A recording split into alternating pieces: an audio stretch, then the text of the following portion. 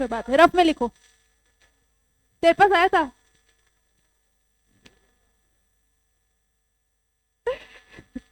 तो बेटा आरती उतारू कि तेरी है? तू आया है तो। वाह, देखो तमीज है ये बात करने की। क्या पढ़ रहे थे लास्ट क्लास में? हाँ चलो बढ़िया, किसी को तो याद है।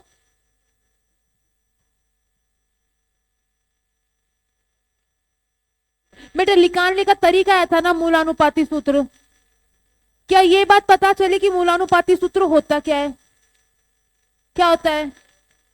कोई भी अणु है, राइट, कोई भी हमारे पास मॉलिक्यूल है, उसके अंदर उसके एटम्स का सरलतम अनुपात, वो क्या होगा? उसका मूलानुपाती सूत्र।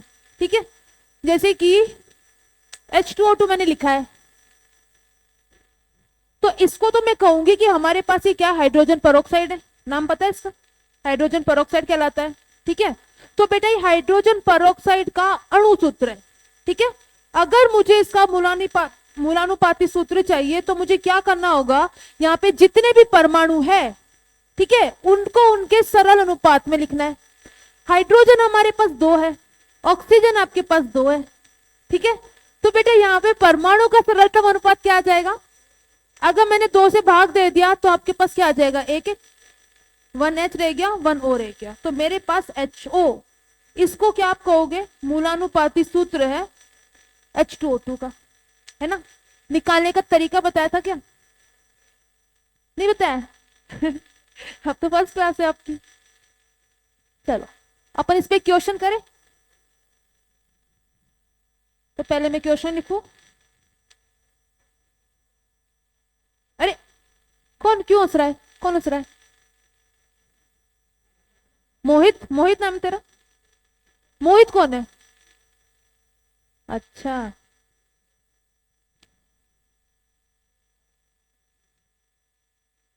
क्वेश्चन लिखो भाई। एक है हमारे पास इतने मोल। बेटा बातें मत करो, देखो बातें मत क्या करो क्लास में। क्यों बातें करते हो इतनी? नमन बात मत कर बेटा।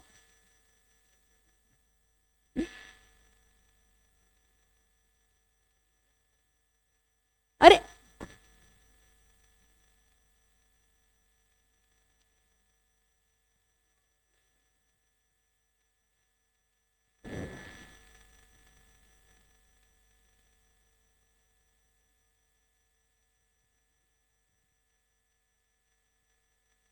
ऐसे लिखो, सी का परमाणु भार,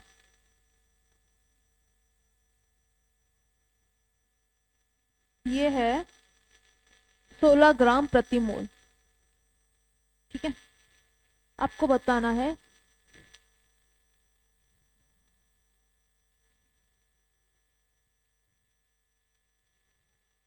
उपरोक्त अणु का मूलानुपाती सूत्र क्या होगा।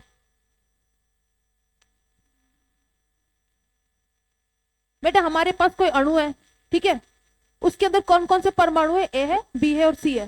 ठीक है, उस परमाणु, उस अणु के अंदर ए के हमारे पास 0.15 मोल है, बी के हमारे पास इतने एटम है ना, और सी का हमें भार दे रखा है। आपको बताना है कि ये जो अणु है उसका सरलतम सूत्र क्या होगा, यानी कि उसका मूलानुपाती सूत्र क्या होगा। तो कैसे करते थे, स्टेप्स बताओ। पहले तो मोल निकालेंगे, फिर हमारे पास हर एक परमाणु के मोल का लेना है। क्या बता, क्या लेना है? मोल का प्रतिशत सरलतम अनुपात बेटा, है ना। आपके पास कोई भी अणु है, वहां पे हम क्या करेंगे? हर एक परमाणु का हमें पहले मोल निकालना है। ठीक है, और अगर मुझे वहां पे चाहिए मूलानुपाती सूत्र, तो मूलानुपाती सूत्र में तुम यही तो कर रहे थे। मेरे पास ग्लूकोज है, अगर मैं कह रही हूं ध्यान से सुनना, इसका मेरे पास एक अणु है बेटा, आपको जो दिख रहा है ना वो इसका एक अणु है। तो एक अणु में 6 परमाणु कार्बन के, 12 परमाणु हाइड्रोजन के, 6 परमाणु ऑक्सीजन के। ठीक है, अगर इसकी जगह मानो मैंने ऐसे बोल दिया कि इसका मेरे पास एक अणु नहीं है, इसका मेरे पास है 1 मोल, तो कार्बन के कितने मोल है? 6 मोल दिख रहा है। हाइड्रोजन के मोल कितने? 12, और ऑक्सीजन के, है ना। अभी मुझे क्या करना है, इस ग्लूकोज के एक अणु में सभी परमाणुओं का सरलतम अनुपात चाहिए। ठीक है, भाई कार्बन, हाइड्रोजन और ऑक्सीजन, इसके जो भी परमाणु है, यहाँ पे 6 है, इधर 12 है, इधर 6, इनके मोल भी यही है ना। ग्लूकोज के एक मोल में इन तीनों एटम के मोल भी यही है, मोल का अनुपात भी यही है। तो बेटा इसका सरलतम अनुपात क्या आ जाएगा, कैसे बात कर देंगे, ठीक है। तो मेरे पास क्या आ गया, 1:2:1। तो बेसिकली किसी अणु में उसमें उपस्थित परमाणुओं का, परमाणु के मोलों का बेसिकली जो भी सरलतम अनुपात आता है वो क्या होता है, उसका मूलानुपाती सूत्र। यानी कि इसका अगर आप मूलानुपाती सूत्र लिखोगे, दैट मीन्स उसमें कार्बन के मोल कितने हैं, 1 है, हाइड्रोजन के मोल कितने हैं, 2 है, ऑक्सीजन के, ठीक है। तो अभी आप ना इसको यहीं से रिलेट करो। भाई मेरे पास मानो कोई अणु है जहां पे कौन कौन से परमाणु है, ABC, ठीक है। बेटा इन तीनों की अलग अलग क्वांटिटी दे रखी है, एक के मोल दे रखे हैं, दूसरे की एटम की संख्या है और तीसरे के भार है। आपको बताना है कि ये हमारे पास मिलके जो भी अणु बनाएंगे उसका मूलानुपाती सूत्र क्या होगा। तो क्या चाहिए आपको, मोलों का सरलतम अनुपात चाहिए। तो सबसे पहले क्या करोगे, सबके मोल निकालोगे, फिर तीनों के मोल का क्या लोगे, बस वो क्या हो जाएगा आपका, करो जल्दी करो।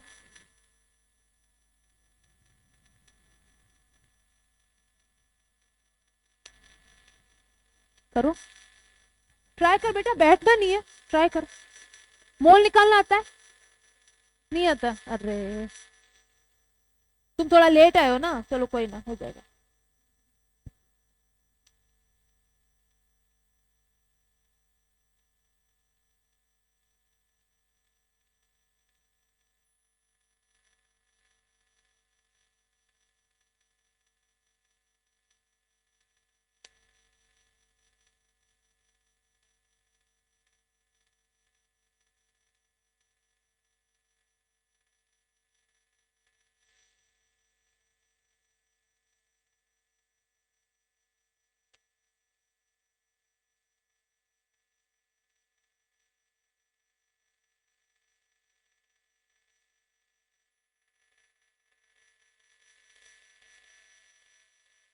क्या बोल रहा है बेटा, A5B कितना आ रहा है,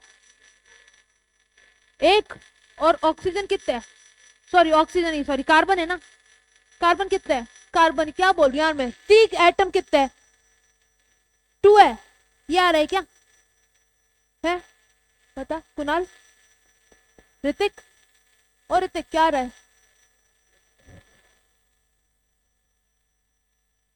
नमन, आंसर बताओ भाई मेरे को, जल्दी आंसर बताओ बेटा, मोल निकालना आता है, चलो करते हैं, ठीक है करते हैं, यही करें स्टार्ट, है बेटा, करा नहीं तुमने,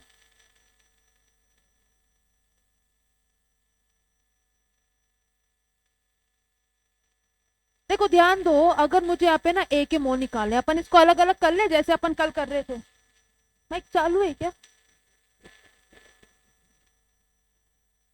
बेटा, अपन इसको अलग अलग कर ले जैसे अपन कल कर रहे थे। यहाँ पे ए का करना है अपन को सारा काम, यहाँ पे बी का, इधर सी का, ठीक है। हमें यहाँ पे निकालने इसके क्या मोल, तीनों के हमें, तीनों परमाणु के हमें मोल निकालने हैं। अब ए के तो मुझे मोल डायरेक्टली गिवन है तो डायरेक्ट लिख दो, इसके मोल कितने हैं। अब बेटा बी के मुझे मोल निकालने, लेकिन बी जो आपके पास ये परमाणु है इसके हमारे पास टोटल परमाणु की संख्या गिवन है। तो जब हमें संख्या गिवन होती है और संख्या से हमें मोल निकालने हैं तो क्या करेंगे, अपने पास फॉर्मूला, दी गई संख्या डिवाइडेड बाय एवोगाड्रो नंबर, ठीक है। ये हमारे पास फॉर्मूला है मोल निकालने का। इससे क्या निकलेगा अपने पास, मोल, मोल बराबर फॉर्मूला क्या होता है, कणों की संख्या बटा एवोगाड्रो संख्या। तो बी के हमारे पास कितने कण है, कितने एटम है, 1.8 इंटू 10 की पावर 23, डिवाइड करोगे किससे, एवोगाड्रो संख्या है, ठीक है ना। तो कितने से कट जाएगा भाई, 36 18, 0 पॉइंट कितना आ गया, 3 आ गया। तो इसके कितने मोल आ गए बी के हमारे पास, ठीक है ना बेटा। और तीसरे हमारे पास सी का दे रखा है भार, भार से मोल कैसे निकालते हो, दिया गया भार बटा उसका अणु भार या मोलर भार, है ना। अब मेरे पास सी का कितना भार दे रखा है, 9.6 ग्राम दे रखा है। बेटा इसका मोलर भार या फिर परमाणु भार कुछ गिवन है ना। अपन एक बात करी थी भाई, हमारे पास परमाणु भार, अणु भार, कुछ भी मोलर भार हो सकता है, ठीक है। बस डिफरेंस क्या होता है हमारे पास, उसके यूनिट का डिफरेंस होता है। जैसे मैं परमाणु भार की बात करूं, बेटा क्यों हंस रहा है नमन इतना। जैसे मैं कार्बन के परमाणु, ध्यान से सुनना, कार्बन के परमाणु भार की बात कर रही हूँ। कितना होता है बेटा परमाणु भार, तू बता। कार्बन का नहीं पता, अब बताओ बेटा। है तो एटॉमिक नंबर है, उसका परमाणु क्रमांक है, भार कितना होता है। हाँ गुड। तो कार्बन के परमाणु भार की बात कर रहे हैं, मतलब कि कार्बन के एक सिंगल परमाणु का भार। बेटा एक सिंगल परमाणु बहुत छोटा है ना, दिखेगा नहीं, तो उसके भार की यूनिट भी अपन को बहुत छोटी लेनी पड़ेगी। भाई ग्राम वगैरह तो अपन डेली लाइफ में यूज करते हैं ना, तो ग्राम को अपन मेजर कर सकते हैं। लेकिन क्या आप एक सिंगल एटम को देख सकते हो। जब जिस चीज को अपन देख ही नहीं सकते तो उसका भार निकाल सकते हैं, नहीं निकलेगा ना। यानी कि इनके भार की यूनिट जो है, इनकी भार की जो इकाई आएगी, किलोग्राम, ग्राम, ये तो नहीं ले सकते, ठीक है। छोटी इकाई लेनी पड़ेगी, और छोटी इकाई क्या है हमारे पास, इतना, ठीक है ना। यानी कि ये मेरे पास भार है कार्बन के एक सिंगल परमाणु का। Got it. अब बेटा मुझे बताना है कार्बन के एक मोल का भार कितना है। एक मोल मतलब कि मैंने कार्बन के कितने परमाणु इकट्ठे कर लिए हैं। मैंने एक मोल मतलब कि 6.022 इंटू 10 की पावर 23 कार्बन के परमाणु इकट्ठे कर लिए हैं। ये जो संख्या होती है ना, ये संख्या हमें एक मोल के बारे में जानकारी देती है। अगर मेरे, अरे नमन बेटा बात मत कर प्लीज, चुप हो जा। अगर हम किसी भी चीज के, सिर्फ एटम, अणु, कुछ भी नहीं, जैसे मानो इंसान के भी अपन एक मोल की बात करें, तो वहां पे अपने पास कितने इंसान आएंगे, इतने इंसान आएंगे, ठीक है। ये संख्या ये अपने आप में किसको रिप्रेजेंट करती है, एक मोल को रिप्रेजेंट करती है, राइट। यानी कि अगर मेरे पास कार्बन के परमाणु इतनी संख्या में है, दैट मीन्स यहाँ पे कार्बन के मोल कितने, एक मोल है मेरे पास कार्बन, ठीक है। बेटा कार्बन के एक परमाणु का भार तो कितना था, 12 एमयू। अब मुझे बताना है कि कार्बन के एक मोल का भार कितना है। अब तो मुझे एक बात बताओ, क्या एक परमाणु का भार और एक मोल का भार ये सेम आएगा कि अलग आएगा, आप बताओ। अलग आएगा ना, ऑब्वियस है ना। ये तो एक सिंगल कार्बन परमाणु है, और ये आपके पास कितने कार्बन है, इतने सारे, 10 की पावर 23 कार्बन परमाणु, बहुत सारे हो जाएंगे, ठीक है। तो भार तो अलग आएगा, राइट। तो इसका भार जो है बेटा मैग्नीट्यूड, यानी कि इसके परिमाण में तो समान रहता है, 12 ही रहता है, लेकिन यूनिट बस आपकी चेंज हो जाती है, किसमें, ग्राम में आ जाता है, ठीक है। सिर्फ इतना सा डिफरेंस है। जैसे कि मानो मुझे ना CO2 का भार लिखना है, तो एक CO2 आपके पास एक सिंगल अणु है ना, सिंगल अणु को देखना पॉसिबल नहीं, पॉसिबल। जब भी आप किसी चीज को देख नहीं पा रहे हो, मतलब इसका जो भार है छोटी यूनिट में आएगा। कौन सी यूनिट में आएगा, AMU में आएगा, ठीक है।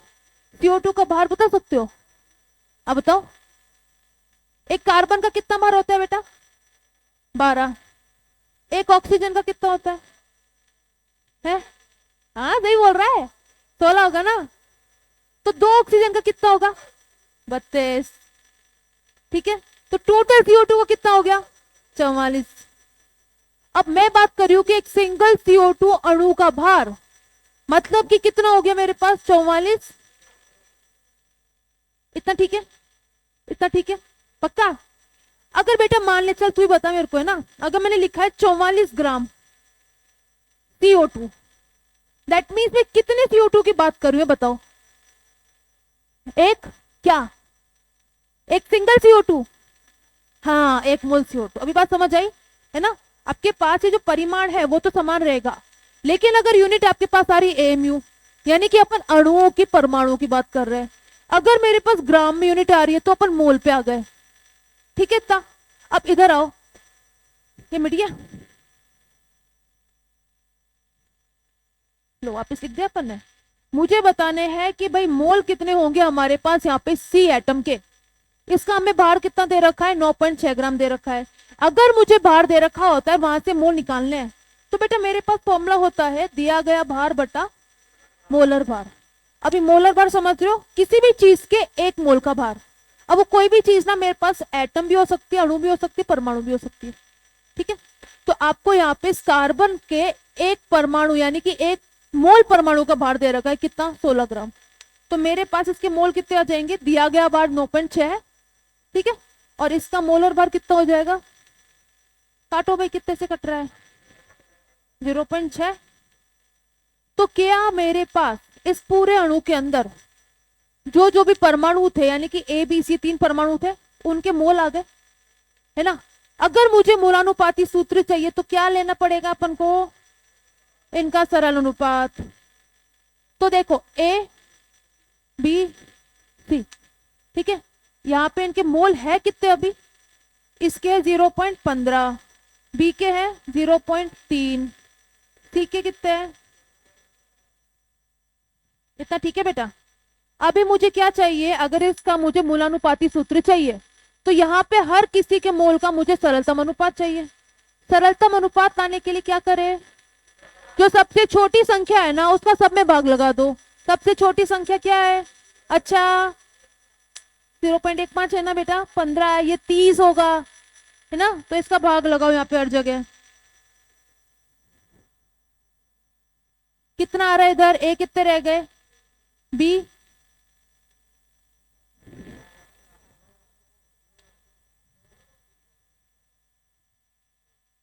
क्या,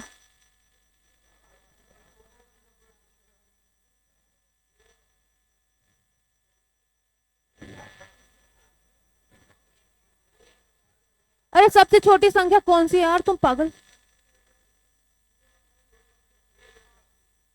0.3 का लगाऊं, चल ठीक है 0.3 का लगा लो, देख लेते क्या आ रहा है।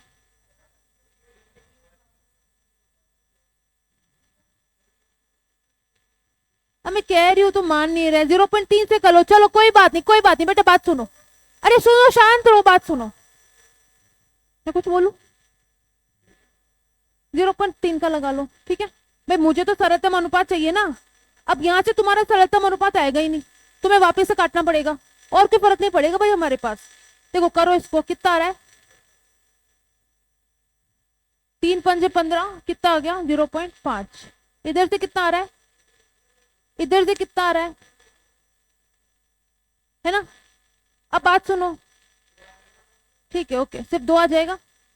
अब मेरी बात सुनो, मेरे पास जो मोल है, भाई आपके पास कोई सा भी अणु है, ठीक है, H2O ले लो, चाहे कुछ भी ले लो, NH3 ले लो, H2O ले लो, कुछ भी ले लो, यहाँ पे किसी भी परमाणु के मोल कभी भी पॉइंट्स में देखे हैं क्या, ऐसा देखा है क्या, H2O 1.5 ऐसा देखा है क्या, H2.2O ऐसा नहीं होता ना।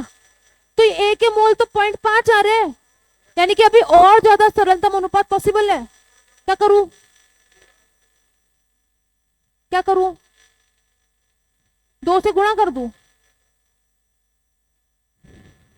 इससे हो जाएगा, चलो इसको 2 से गुणा करा, इसको 2 से करा, इसको 2 से करा, तो ये कितना हो गया हमारे पास 1, ये कितना हो गया 2, हाँ ये सरलतम हो गया, ठीक है। तो बेटा आपको ना इसको मैक्सिमम इतने सरलतम तक लाना है जिसको आप और ज्यादा डिवाइड नहीं कर सको। अब मेरे पास है ना कट पीट के 1 आ गया, 1 से छोटा कोई पूर्ण संख्या होगी क्या, नहीं होगी ना, यानी कि अब मैं इस पे किसी और ऐसी संख्या का भाग नहीं लगा सकती जिससे कि मेरे पास इससे भी छोटी संख्या आ जाए, इससे भी सरलतम अनुपात आ जाए। तो ए कितने आ गए हमारे पास 1, बी कितना है और सी कितना है, और ये आंसर किसका आ रहा था, कैसे क्या गलती हो गई, यही अनुपात ले लिया, 0.5 पे 5 मान के कर लिया, बहुत महान हो भाई तुम लोग, ठीक है। लिखो,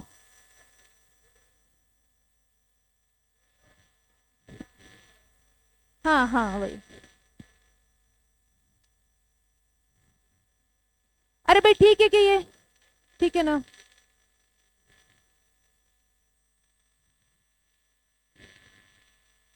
कल ले लूँ क्या तुम्हारी एक्स्ट्रा क्लास, जितने भी न्यू स्टूडेंट्स है खास कर उनके लिए।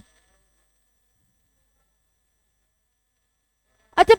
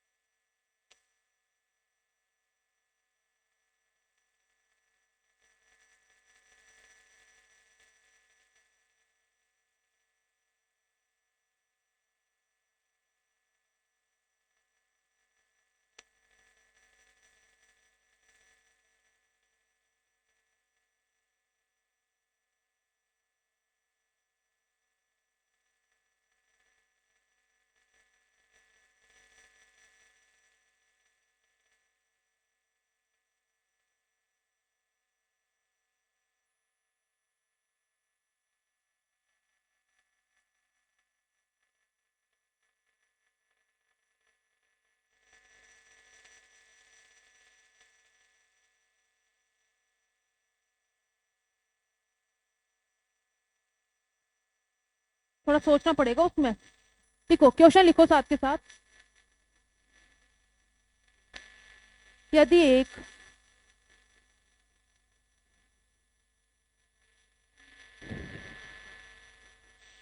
कार्बनिक यौगिक में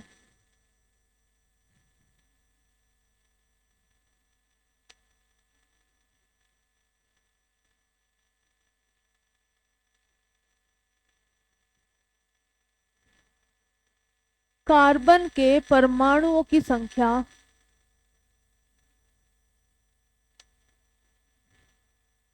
हाइड्रोजन के परमाणुओं की संख्या की 70% है। ठीक है,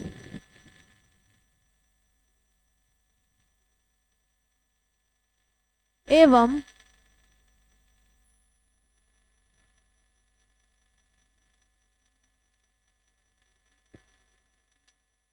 हाइड्रोजन परमाणु की संख्या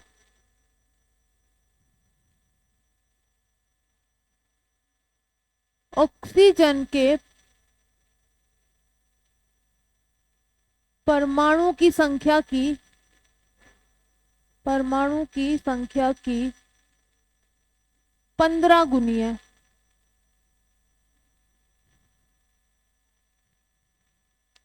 ठीक है, तो अणु का मूलानुपाती सूत्र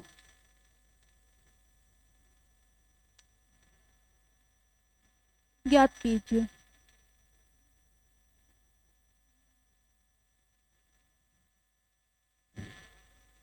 कुछ समझ आया क्या इसमें? तो करो, ट्राई करो भाई। देखो बात सुनो, मेरी बात सुनो एक बार, वही वापस से वही बात है ना। जैसे मानो मैंने लिखा है CO2, अपन है ना सिंपल एग्जांपल से समझेंगे। ठीक है, इसके बेस पे अपन टफ एग्जांपल करेंगे। अगर मैं यहाँ पे बात करूं कि भाई इस CO2 के अंदर कार्बन के परमाणु की संख्या ऑक्सीजन के परमाणु से 2 गुनी है कि सिंगल है, क्या है? गलत बोला है ना, गलत बोला है ना, कैसा बोल रहा है? आधी है ना। क्या बोलना चाहिए था मेरे को? भाई इसके अंदर ऑक्सीजन के परमाणु की संख्या कार्बन के परमाणु की संख्या की 2 गुनी है। ठीक है ना, ये सही था ना अपने पास, राइट? ये बात आ रही ना समझ में?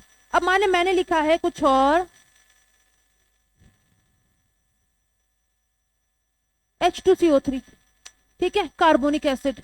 ठीक है बेटा, यहां पे अगर मैं एक बात बोलूं आपको कि इस वाले मॉलिक्यूल में ऑक्सीजन के परमाणु की संख्या कार्बन के परमाणु की संख्या की 3 गुनी है, राइट? और हाइड्रोजन के परमाणु की संख्या कार्बन के परमाणु की संख्या की 2 गुनी है ना?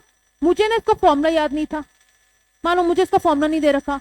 सिर्फ इतनी सी बात कह रखी है कि भाई ऑक्सीजन के परमाणु कितने हैं? कार्बन की तुलना में 3 गुने। ठीक है, तो ऑक्सीजन के परमाणु कितने हो गए? जितने कार्बन के परमाणु है उसकी तुलना में 3 गुने। सही बात है। हाइड्रोजन के परमाणु जो है वो कार्बन की तुलना में कितने? 2 गुने है। मान ले मेरे पास ऐसा क्वेश्चन है कि हाइड्रोजन के परमाणु की संख्या कार्बन के परमाणु की तुलना में 2 गुनी है। ठीक है, और आपसे क्या पूछ रहा है वो? आपसे पूछ क्या रहा है वो कि भाई हमारे पास उस अणु का मूलानुपाती सूत्र क्या है, फिर अणु सूत्र क्या है ना? तो क्या करूं मैं भाई? यहाँ पे तीनों का रेशो ले लो, कार्बन, हाइड्रोजन, ऑक्सीजन। ठीक है बेटा, अब देखो एक चीज को तो मुझे फिक्स रख के चलना पड़ेगा ना। ठीक है, अगर आप यहाँ पे अनुपात लेने जा रहे हो तो एक चीज को तो एटलीस्ट फिक्स रखो जिसके कंपैरिजन में आप दूसरी चीज को ऑब्जर्व कर रहे हो। भाई यहाँ पे अपन किसके कंपैरिजन में दूसरे के परमाणु ऑब्जर्व कर रहे हैं? कार्बन के कंपैरिजन में कर रहे हैं ना बेटा। तो कार्बन को मैंने 1 मान के चल रही हूं, तो अगर मेरे पास उस अणु के अंदर कार्बन 1 है तो हाइड्रोजन कितने गुना है कार्बन का? अरे देख उधर, देख ध्यान से देख, 2 गुना है। ठीक है, यानी कि उस परमाणु, उस अणु के अंदर मेरे पास कार्बन 1 है तो हाइड्रोजन कितना मिलेगा मुझे? 1 का 2 गुना। ठीक है, और ऑक्सीजन कितना मिलेगा? कार्बन का 3 गुना। सही बात है। तो मेरे पास उस अणु में परमाणुओं का अनुपात क्या आ गया? कार्बन तो 1 होगा, हाइड्रोजन 2 होंगे, ऑक्सीजन 3 होंगे। तो फॉर्मूला क्या बन गया यहां से अपना बेटा?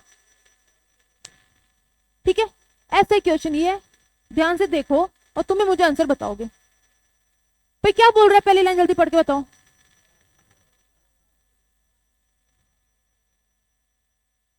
70% है, ठीक है। यानी कि अगर हाइड्रोजन का सिर्फ एक सिंगल एटम है तो कार्बन के कितने एटम होंगे हाइड्रोजन के कंपैरिजन में? 0.7 है ना भाई। अगर मेरे पास मान ले हाइड्रोजन होते 100, ठीक है, तो कार्बन के रेस्पेक्ट में क्या बोल रहा है कि भाई जो कार्बन का नंबर है वो हाइड्रोजन के परमाणुओं का 70% है, ठीक है। यानी कि अगर हाइड्रोजन मेरे पास 100 है तो कार्बन कितने होंगे? 70।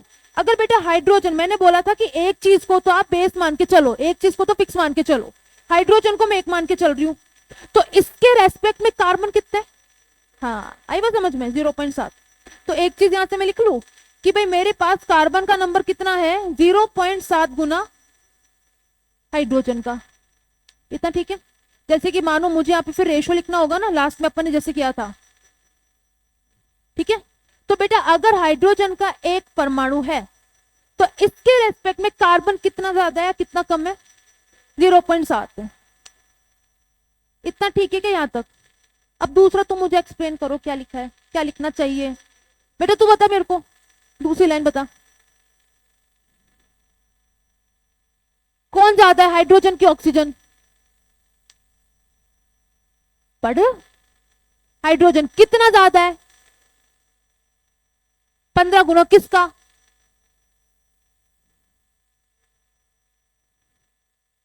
ऑक्सीजन का। क्या लिखा है भाई? यदि हाइड्रोजन के परमाणु की संख्या ऑक्सीजन के परमाणु की संख्या की 15 गुनी है, यानी कि क्या लिखना चाहिए? मेरे पास हाइड्रोजन परमाणु कितने हैं ऑक्सीजन की तुलना में? 15 गुने, ठीक है ना। अब बेटा यहाँ पे अपन किसको फिक्स मान के चल रहे हैं? हाइड्रोजन को। तो अगर मैंने मानो इसका उल्टा लिखा है कि भाई मेरे पास 15 ऑक्सीजन, ठीक है, किसके बराबर आ रहे हैं? एक हाइड्रोजन के बराबर आ रहे हैं, ठीक है। तो मेरे पास एक ऑक्सीजन कितने हाइड्रोजन के बराबर होंगे बताओ? 1/15 हाइड्रोजन के बराबर होंगे, ठीक है। तो हमारे पास यहाँ पे ऑक्सीजन के कितने आ गए? बोलो भाई, सोचो थोड़ा इसमें, बताओ बता, ऑक्सीजन का नंबर बताओ कितना आएगा? हाइड्रोजन के परमाणु की संख्या ऑक्सीजन के परमाणु की संख्या की 15 गुनी है, ठीक है। बताओ 0.06 किसका? पक्का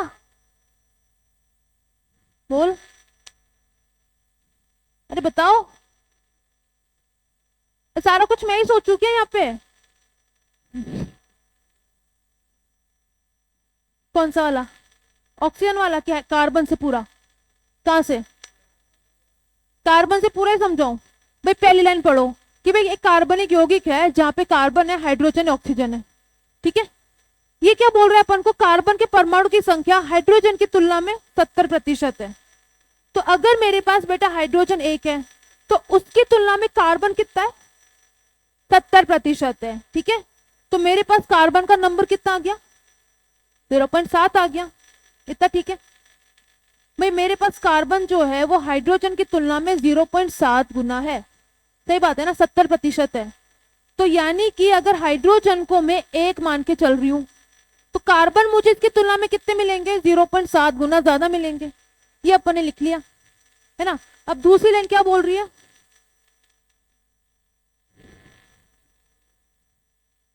ऑक्सीजन की तुलना में 15 गुनी है, ठीक है। यानी कि हाइड्रोजन परमाणु कितने हैं? ऑक्सीजन की तुलना में 15 गुना है, इतना, ठीक है ना। अब क्या करना चाहिए अपन को यहाँ पे कि ऑक्सीजन की संख्या मिल जाए? भाई यहाँ पे एक चीज को तो फिक्स लेके चलना है ना, ठीक है। हाइड्रोजन को अपन को एक मान के चलना है ना। यानी कि मुझे देखना पड़ेगा कि भाई ऑक्सीजन मेरे पास हाइड्रोजन के एक परमाणु की तुलना में कितना ज्यादा है, कितना कम है। ये बात सही है ना। तो क्या करो, इसको उल्टा लिख दो कि भाई 15 ऑक्सीजन मेरे पास एक हाइड्रोजन के बराबर है।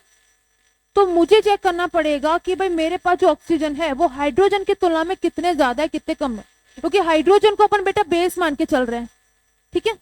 तो हमारे पास यहाँ पे ऑक्सीजन कितने आ जाएंगे भाई, 1/15 गुना है हाइड्रोजन के। आ रही की बात समझ में?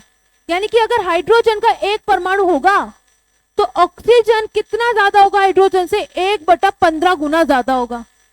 ये आ गई बात समझ में? तो हाइड्रोजन आपने एक मान के चल रहे हो, तो इसकी तुलना में ऑक्सीजन कितना है, 1/15 गुना है ना। अब मुझे यहाँ पे इसका सरलतम अनुपात लेना है। क्या करूं, 15 से गुणा कर दूं क्या? 0.06 भी सही था, ठीक है, 15 से गुणा कर दो, ये लो, ठीक है। इससे कटा, यहाँ पे एक आया, ये कितना है 15, क्या होता है 12×5 = 60, 12×6 = 75, 12×7 = 105, ठीक है। अच्छा ओके, हाँ हाँ ओके, अरे ओके तू था।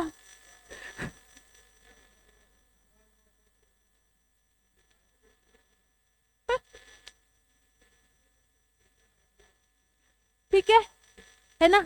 तो इसको अप्रोक्स 11 मान के चल सकते हैं अपन, ठीक है। ऑप्शन के अकॉर्डिंग लगाना है भाई। कार्बन हो गए कितने 11, हाइड्रोजन कितने हो गए 15, ऑक्सीजन हो गए 1। इससे सरलतम अनुपात ले सकते हो क्या? ठीक है, आई बात समझ में? देखो,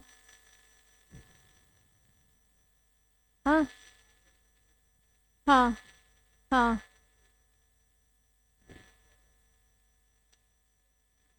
हाइड्रोजन को एक मान के चल ले कि हाइड्रोजन की तुलना में कार्बन कितना ज्यादा है और ऑक्सीजन कितना ज्यादा है,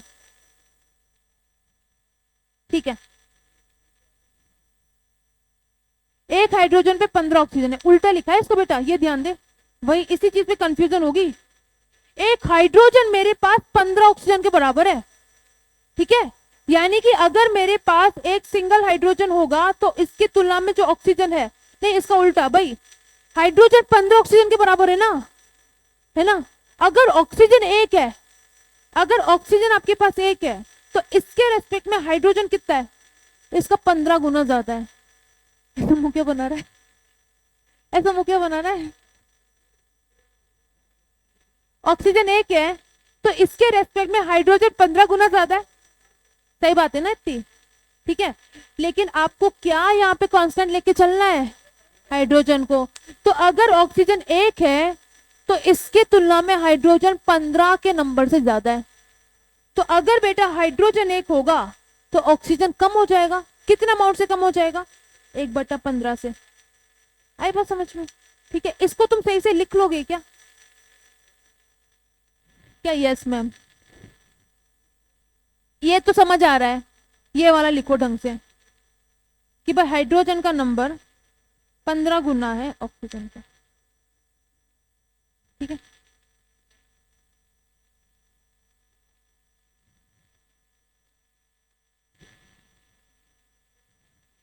ऑक्सीजन की संख्या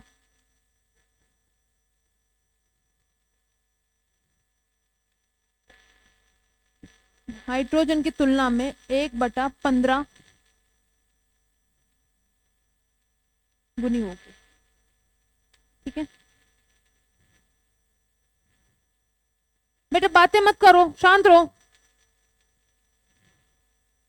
हाइड्रोजन की, ऑक्सीजन की संख्या हाइड्रोजन परमाणु की तुलना में 1/15 गुनी होगी, अभी ठीक है ना। यानी कि अगर हाइड्रोजन आप एक लेके चल रहे हो तो उसके रेस्पेक्ट में ऑक्सीजन कितने मिलेंगे, 1/15 गुना ज्यादा। अब मुंह थोड़ा बंद रखो अपना यार, तुम एनर्जी बहुत ड्रेन करते हो मेरी, थोड़ा मुंह बंद करके लिखो शांति से। लिख लिया?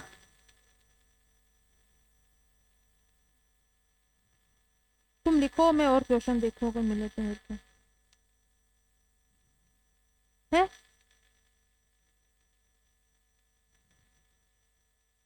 मेरे को बनाने का टाइम नहीं मिला।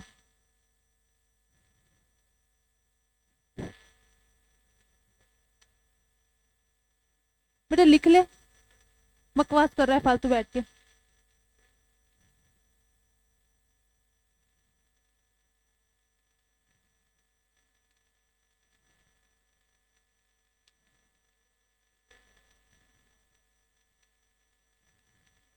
नेक्स्ट क्वेश्चन कराऊं क्या, एक और करा दूं क्या इसका?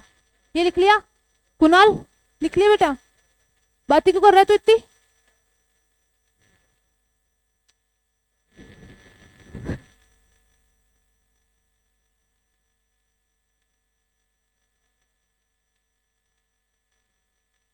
तो क्या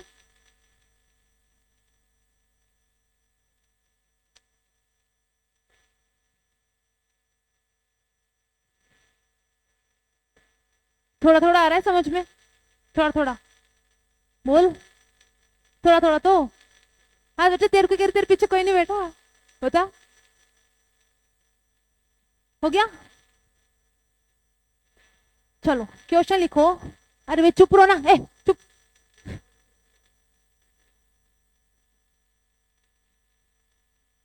बेटा क्वेश्चन साथ के साथ लिखो। किसी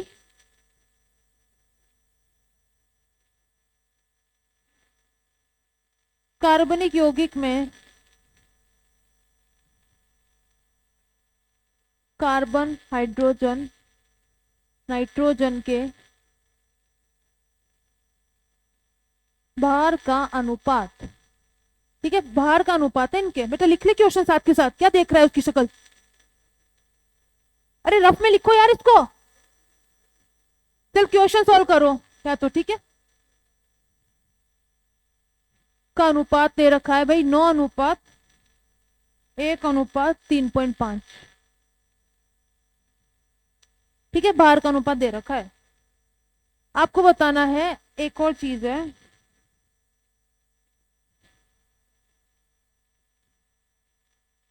यौगिक का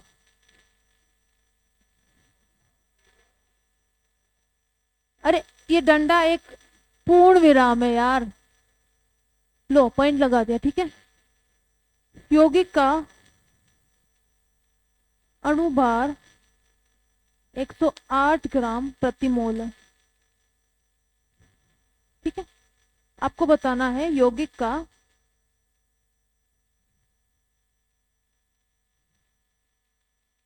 मूलानुपाती सूत्र एवं अणुसूत्र। कैसे करे बताओ, आइडिया दो, कैसे निकालेगा वही पूछ रही हूँ। बेटा तू बता। हाँ ट्राई तो कर यार, ऐसे पहले तुम कैसे हार मान लेते हो? ये करवा लो पहले। बेटा तू बता पीछे। हाँ तू ही तेरे को आता है पक्का, बता।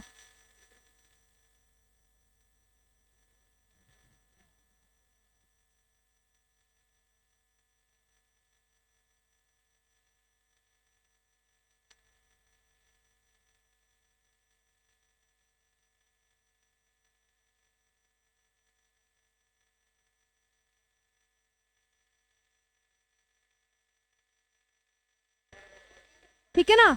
अभी देखो आपका, अभी बेटा आपका काम ना और ज्यादा इजी कर रखा है। जैसे पहले आपको कैसे दे रखा था भाई, कार्बन आपके पास 50% है, ठीक है, हाइड्रोजन आपके पास 25% है। तो आप इस कार्बनिक यौगिक का निकालो क्या, मूलानुपाती सूत्र, है ना। तो अपने पास टोटल प्रतिशत होता था कितना, 100%। कार्बन 50 है, हाइड्रोजन 25 है, ऑक्सीजन 25 हो जाएगा। इसी को अपन भार मान के कर रहे थे, फिर इसके मोल ले रहे थे, फिर मोल का अनुपात ले रहे थे।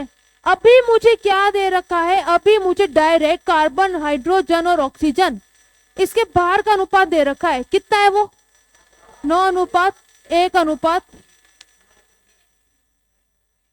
ठीक है, ये लो।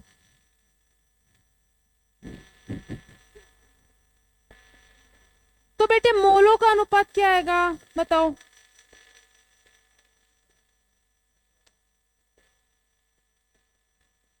अगर मुझे भार दे रखा है, भार से मोल कैसे निकालते हैं, दिया गया भार बटा मोलर भार, है ना। तो हमारे पास कार्बन का भार है 9, तो कार्बन के मोल कितने आ जाएंगे, 9/12। कार्बन का मोलर भार 12, ठीक है ना। हाइड्रोजन का 1 है, मोलर भार भी 1 होता है। बेटा नाइट्रोजन का भार आपको 3.5 गिवन है, मोलर भार कितना हो जाएगा, 14 बेटा याद रखना, ये 1 से 20 तक का टोटल, ठीक है ना। कितना आ जाएगा ये, मोलों का अनुपात बताओ।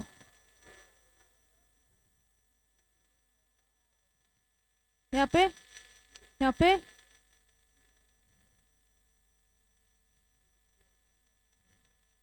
14 दूना 28, 14 × 42, ठीक है, तो 2 से कटेगा, 14 दूना 28, कितना बचा 7, कितना होगा 7 पंजे, ठीक है, ठीक है इतना, अरे हाँ ठीक है, ओके हो गया। अभी हमारे पास क्या सरल अनुपात है क्या, इसको अपन लिख सकते हैं क्या 1/4, क्या करूं सरल अनुपात के लिए, गुड 4 से गुणा कर दो, तो कितना हो गया 3 इधर, ठीक है। तो बेटा हमारे पास इसका मूलानुपाती सूत्र क्या आ गया, C3, अच्छा n है क्या, ये तो क्या आ गया मेरे पास, अब इसका अणुसूत्र बताओ, चलो जल्दी निकालो अणुसूत्र,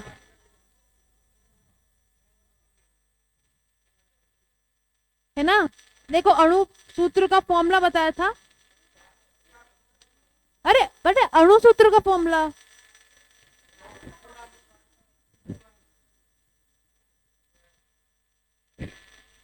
और ये एन कैसे निकाल रहे थे,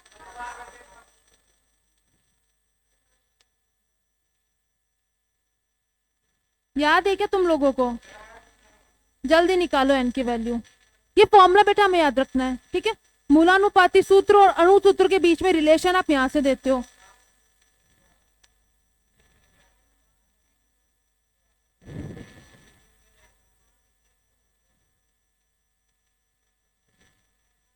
क्या हमें यहाँ पे बेटा अणुभार दे रखा है, कितना है 108 है, मूलानुपाती भार कहां से आ जाएगा, मेरे पास मूलानुपाती सूत्र से आ जाएगा, ठीक है।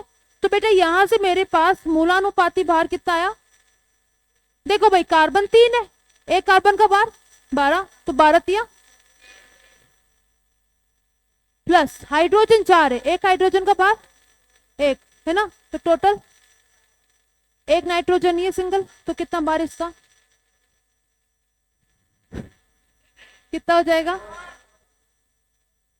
तो ये क्या बार आ गया मेरे पास, मूलानुपाती सूत्र का भार आ गया, यहां से मेरा क्या निकलेगा एन की वैल्यू निकलेगी, एन की वैल्यू आ जाएगी ना, फिर अपन क्या करेंगे, मूलानुपाती सूत्र जो आया है उसको एन से गुणा कर देंगे। अब देखो बेटा अणु भार कितना है हमारे पास, ये क्वेश्चन में दिया होगा 108 बट्टा है हमारे पास मूलानुपाती भार कितना आ गया, कितने से कट रहा है, ठीक है ना। तो यहां से मेरे पास एन क्या आ गया 2 आ गया, यानी कि इधर से मेरे पास अणु सूत्र क्या आ गया,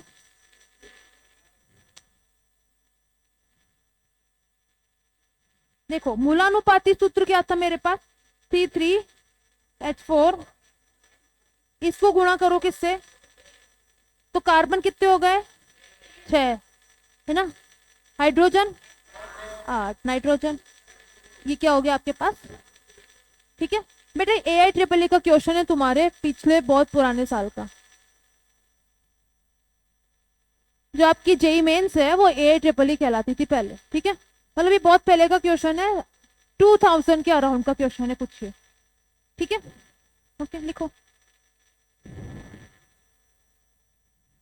और है ना थोड़ी कम चक्कर चक्कर करो, बातें मत करो यार, क्यों बातें कर रहे हो।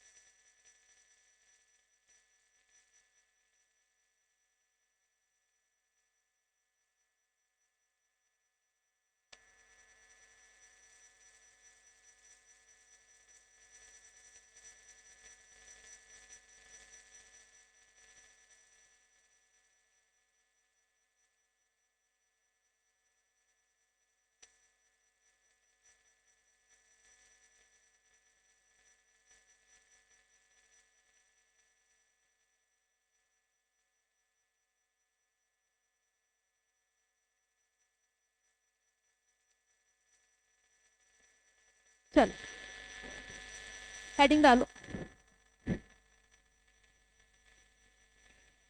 लिखो भाई रासायनिक संयोजन के नियम। हाँ, रासायनिक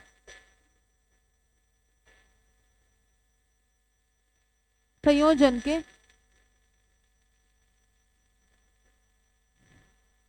बेटा इसका क्या मतलब है, जब भी हमारे पास परमाणु मिलके कोई अणु बनाता है, ठीक है, यानी कि कोई भी रिएक्शन हो रही है आपके पास, जब भी कोई रिएक्शन हो रही है तो रिएक्शन पर्टिकुलर कुछ नियमों को फॉलो करेगी हमेशा, है ना।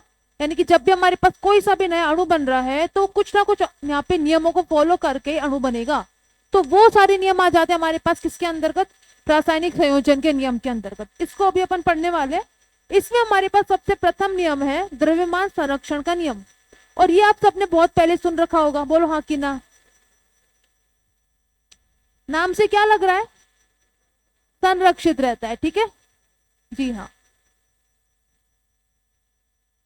लिखो इसके अंदर साथ के साथ सारे लोग,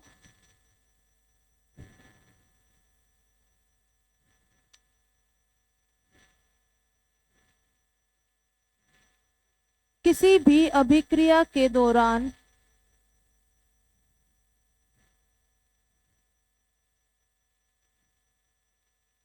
अभिकारक एवं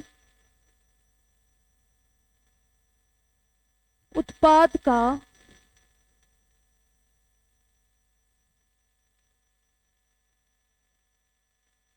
कुल द्रव्यमान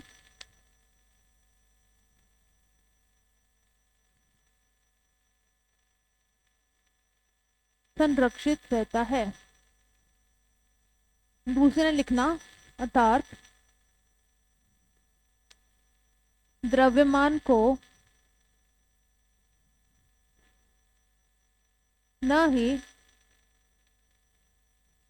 उत्पन्न किया जा सकता है,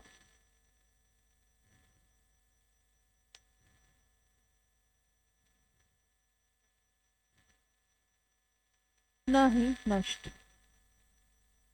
ठीक है। एक पॉइंट आप स्टार मार्क डाल के लिखना भाई, ये जो हमारे पास नियम है द्रव्यमान संरक्षण का नियम, बेटा ये कभी भी नाभिक की जो अभिक्रिया होती है, रेडियो एक्टिव अभिक्रिया होती है, उसके ऊपर लागू नहीं होता, ठीक है, क्योंकि वहां पे कुछ ना कुछ द्रव्यमान का हास्य होता है, ठीक है। जैसे आपके पास मानो जो है बेरिलियम में, ठीक है, कहाँ बताया था, कहाँ बताया था, ये बता, ये रिएक्शन कहाँ बताई थी,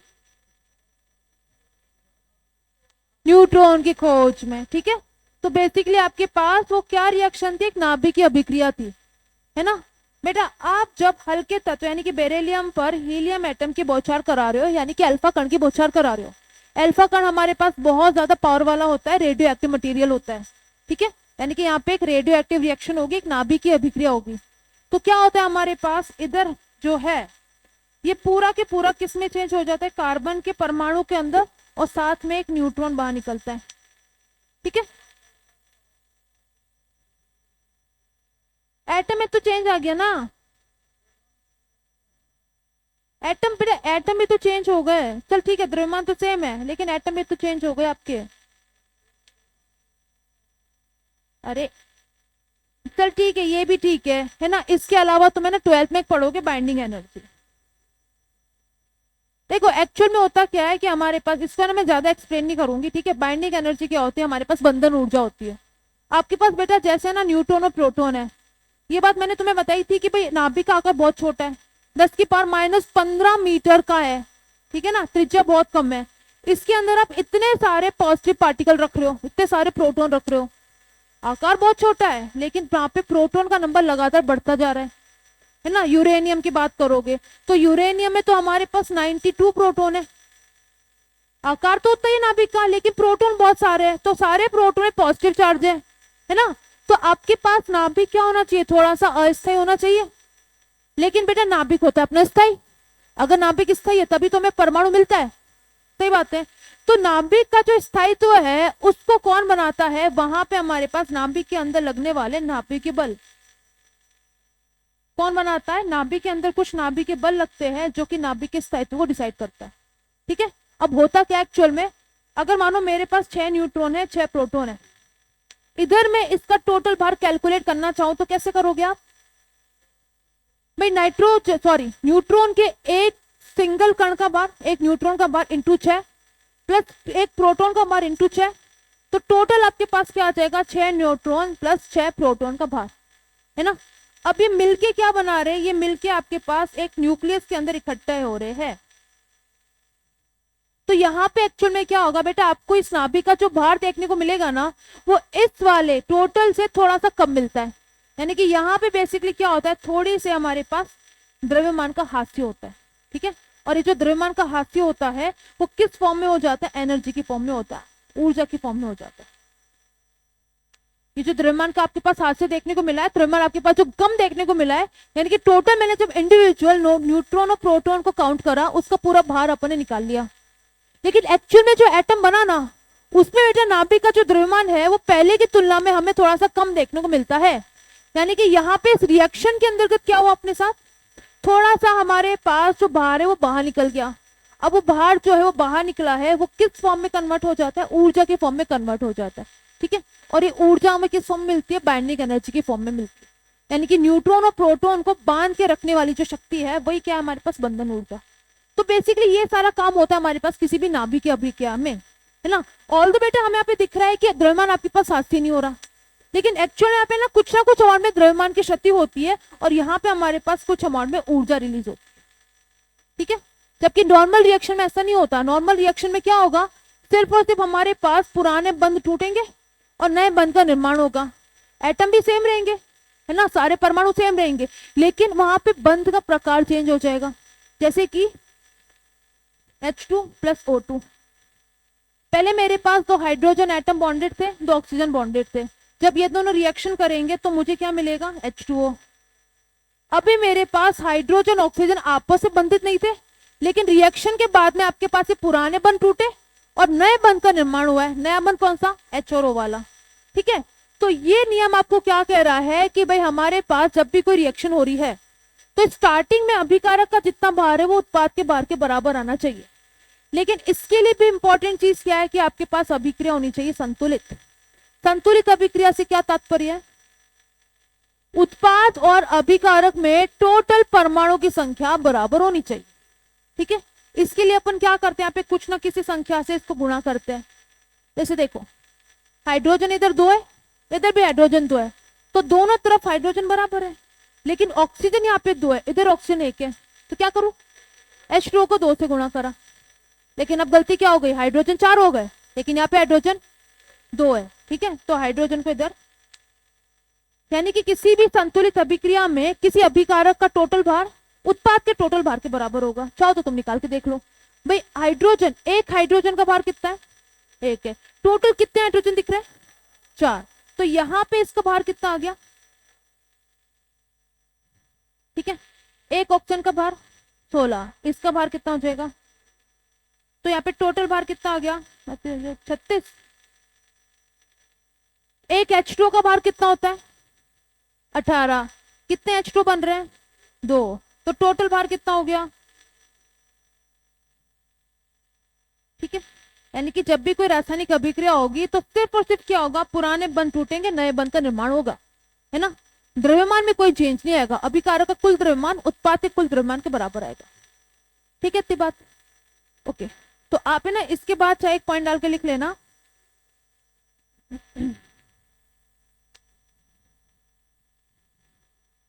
अभिकारक का द्रव्यमान बराबर उत्पाद का द्रव्यमान। अरे अरे बात मत कर, नोट डाल के लिख लेना।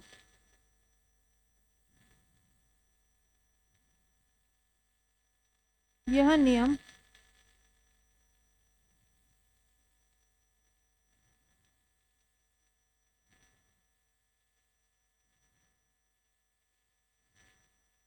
नाभिक की अभिक्रिया पर लागू नहीं होता।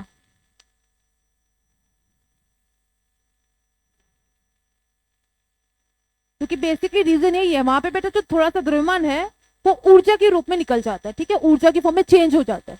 तो हमें बहुत थोड़े से मैग्नीट्यूड में लेकिन द्रव्यमान में हाथ से देखने को मिलता है, ठीक है। ऐसा नहीं कि एकदम ड्रास्टिक चेंज आ गया, 3-4 से चेंज आ गया, बहुत पॉइंट्स में थोड़ा सा चेंज आता है ना, पॉइंट्स में ही चेंज आएगा द्रव्यमान में, लेकिन आएगा।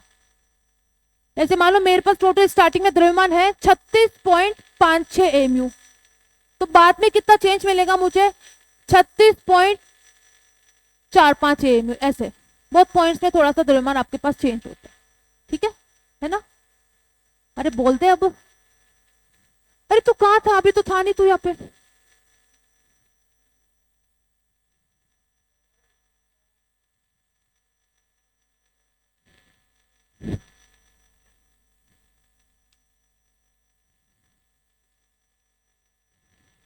इसको लिखो, जल्दी लिखो, लिख लिया इसको, है ना। कौन लिख रहा है, हाँ लिख ले बेटा। तो ना किसी रिएक्शन को बैलेंस करना आता है ना, कर लोगे ना।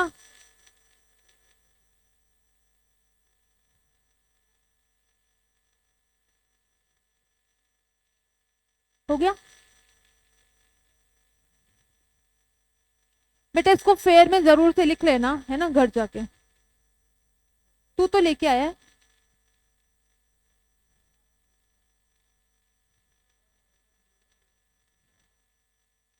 बेटा गिर जाएगा, कैसे बैठा है।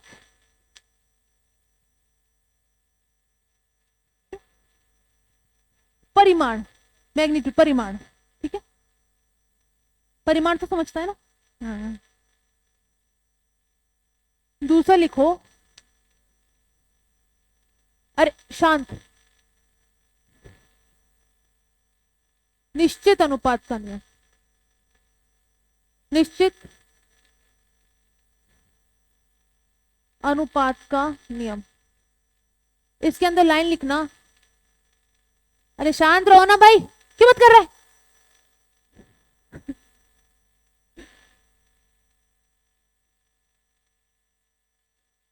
लिखो,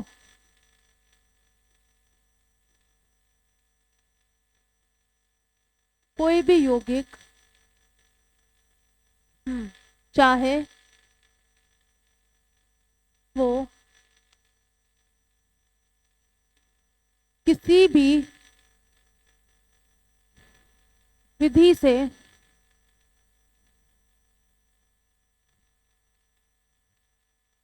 तैयार किया जाता है, कोई भी यौगिक चाहे वो किसी भी विधि से तैयार किया जाता है, उसमें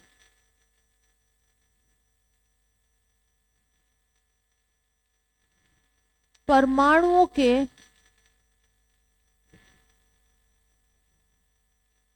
भार का अनुपात, ठीक है, किसका, परमाणु के भार का अनुपात, है ना, सदैव निश्चित रहता है।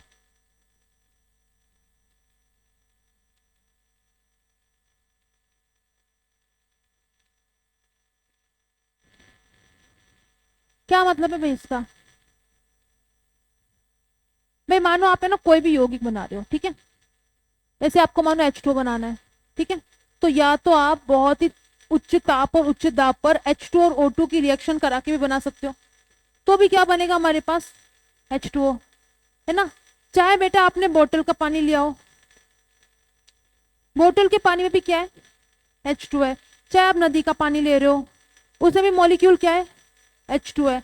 चाहे आप समुद्र का पानी ले रहे हो, तो हर जगह हमारे पास जो वाटर का कंटेंट है, यानी कि वाटर का जो कंपोजिशन है, वो हमेशा सेम होगा। वाटर के अंदर हमेशा मुझे 2 एटम हाइड्रोजन के मिलेंगे और ऑक्सीजन का 1 एटम ही मिलेगा। यानी कि वाटर मुझे चाहे किसी भी विधि से तैयार करना पड़े या फिर कहीं से भी लेना पड़े, तो बेटा यहाँ पे हाइड्रोजन और ऑक्सीजन के भार का अनुपात क्या मिलेगा, हाइड्रोजन 2 है, यानी कि इसका भार कितना है इसके अंदर, 2, ऑक्सीजन 1 है, तो 1 ऑक्सीजन का भार 16। यानी कि H2O को अगर अपन किसी भी विधि से तैयार करें या फिर कहीं से भी अपन इसको गेन करें, कहीं से भी अपन को मिल रहा है पानी, वहां पे हमारे पास इसके अंदर जो भी परमाणु है उसके भार का अनुपात हमेशा क्या होगा, फिक्स होगा। क्या मिलेगा इधर अपन को, 1:8 मिलेगा। चाहे नदी का पानी है, वहां पे भी हाइड्रोजन ऑक्सीजन में अनुपात क्या मिलेगा, 1:8। अपन इसको लैब में तैयार किया है तो भी क्या मिलेगा, 1:8 ही मिलेगा, उसके भार का अनुपात, है ना। जैसे दूसरा समझो, CO2 तो सब जानते हो, कैसे कैसे बन सकता है। एक तो डायरेक्ट आप ये लिखते हो कार्बन और ऑक्सीजन की रिएक्शन से बना। और कोई विधि बता सकते हो? हाँ बिल्कुल बेटा, आप किसी भी हाइड्रोकार्बन को जब जलाते हो, ठीक है, जब भी कोई हाइड्रोकार्बन जलता है तो वो दो उत्पाद हमेशा देगा, एक तो CO2 देगा, दूसरा वाटर देगा। ठीक है, तो आप एक तो CO2 ऐसे भी बना सकते हो, इसके साथ में पानी का मॉलिक्यूल भी बाहर निकल जाएगा, है ना। और कैसे बना सकते हो, आपके पास कोई भी कार्बोनेट हो, कोई भी मेटल का कार्बोनेट है, ठीक है, मेटल का कार्बोनेट गर्म होके टूटता है, इसके तो या तो तुम्हें ना पूरी पूरी रिएक्शन लिख लेना।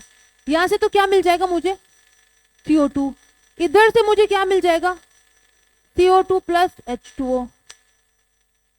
ठीक है, इसके अलावा मेरे पास कोई सा भी मेटल का कार्बोनेट है, धातु कार्बोनेट है, ठीक है बेटा, इसको जब आप गर्म करोगे तो मुझे यहाँ पे दो उत्पाद मिलते हैं, एक तो CO2, दूसरा धातु का ऑक्साइड CO। ठीक है, अगर मेरे पास धातु का बाइकार्बोनेट है जैसे NaHCO3, ये क्या है, धातु का बाइकार्बोनेट है। ठीक है, ठीक है, ठीक है, हाँ तो बोल दे इसको गर्म करोगे तो क्या क्या मिलेगा, धातु के बाइकार्बोनेट का जब विघटन करोगे तो हमें क्या क्या मिलता है, CO2, H2O और धातु का कार्बोनेट Na2। अरे 10th की रिएक्शन है यार, ये पढ़ी है ना, धातु कार्बोनेट का विघटन, धातु बाइकार्बोनेट का विघटन, याद है ना, अभी तुम रिसेंट ही पढ़ के आए हो, है ये तो याद है। ठीक है, तो बेसिकली आप CO2 को चाहे किसी भी मेथड से बना रहे हो, चाहे बेटा हमारे पास रेस्पिरेशन से यानी कि श्वसन से जो CO2 मुक्त हो रही है उसमें भी मुझे CO2 ही मिलेगी, एक कार्बन दो ऑक्सीजन, तो CO2 चाहे, हाँ ये रहा जला दिया मैंने हाइड्रोकार्बन, आप एक कागज को जलाओगे, कागज क्या है आपका, हाइड्रोकार्बन ही तो है, कागज क्या है, हाइड्रोकार्बन है, यानी कि हाइड्रोजन होगा कार्बन होगा, तो उसको जब आप जलाओगे तो भी क्या क्या मिलेगा, CO2 और H2O। ठीक है भाई, वहां पे क्या होती है, हमारे पास आग तेज होती है तो जो भी वाटर बना है वो भाप बन के उड़ जाएगा, इससे हमें दिखता नहीं है, इतनी बात ठीक है ना। तो सिंपल सी बात ये है कि CO2 अगर मेरे पास किसी भी मेथड से बन रहा है, हर एक मेथड में एक कार्बन मिलेगा और एक ऑक्सीजन मिलेगा, यानी कि किसी भी मेथड से अगर CO2 बनाओगे तो वहां पे हमारे पास कार्बन और ऑक्सीजन के भार का अनुपात क्या आएगा, क्या बता, क्या समान, कार्बन का भार कितना है 12, ऑक्सीजन का कितना है 32, गुड, तो कितना आ गया हमारे पास, हो चुकी 12, सॉरी 4 से काट दूंगी इसको, 4 से 12, 4 8 32। ठीक है, तो CO2 मुझे चाहे कहीं से भी मिले, वहां पे कार्बन और ऑक्सीजन के भार का अनुपात क्या मिलेगा, हमेशा 3:8 मिलेगा। ठीक है ना, ठीक है, लिखो क्या शक्ल देख रहे हो, इस पर एक क्वेश्चन करते, देखो अपन देखते हैं अभी कि क्वेश्चन किस तरह का आ सकता है इससे, है ना।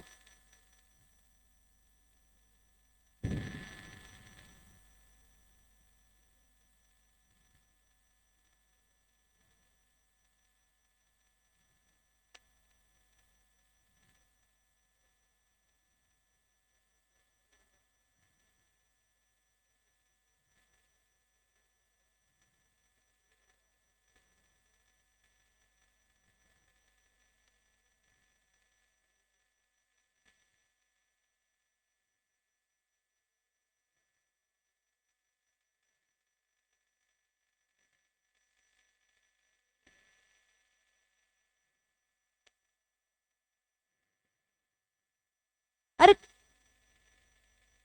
जो कर रहा है,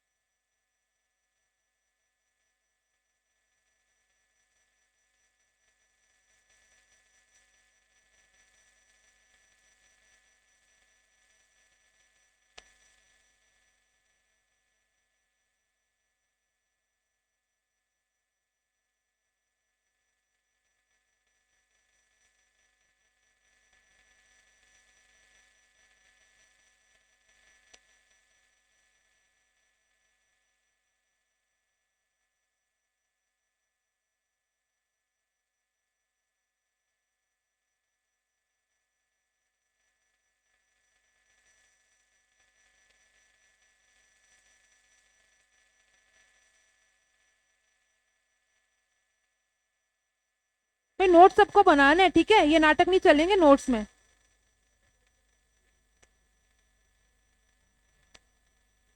चलो इस पे क्वेश्चन लिखो, लिखो बेटा साथ के साथ लिखो।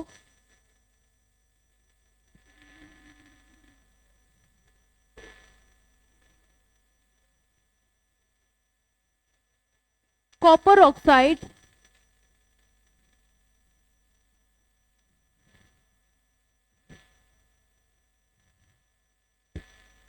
दो विधियों द्वारा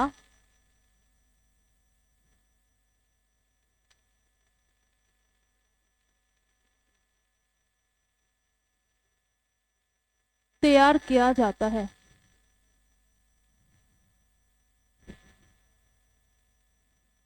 क्यों बात कर रहे हैं?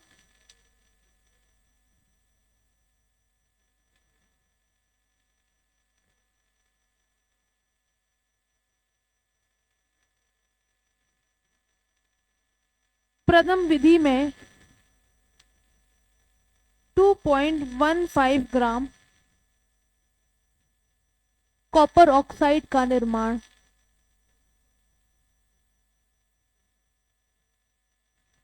1.75 ग्राम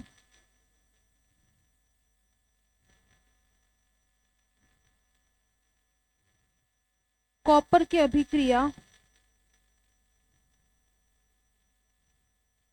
O2 के साथ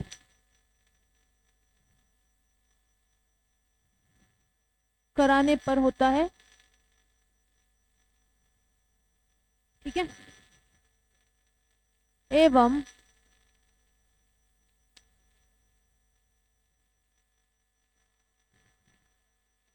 द्वितीय विधि में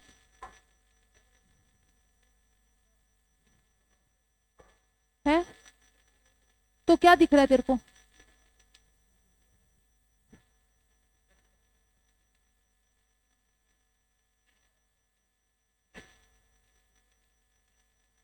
द्वितीय विधि में 1.4 ग्राम CuO का निर्माण, कॉपर ऑक्साइड का निर्माण 1.14 ग्राम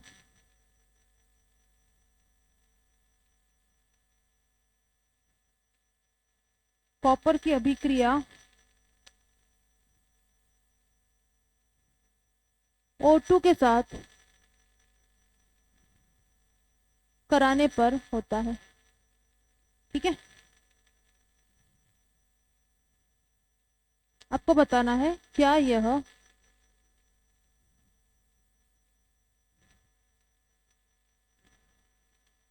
निश्चित अनुपात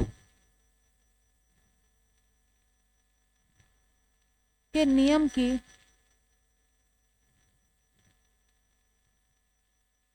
पालना करता है। लिखो पहले क्वेश्चन लिखो जल्दी से।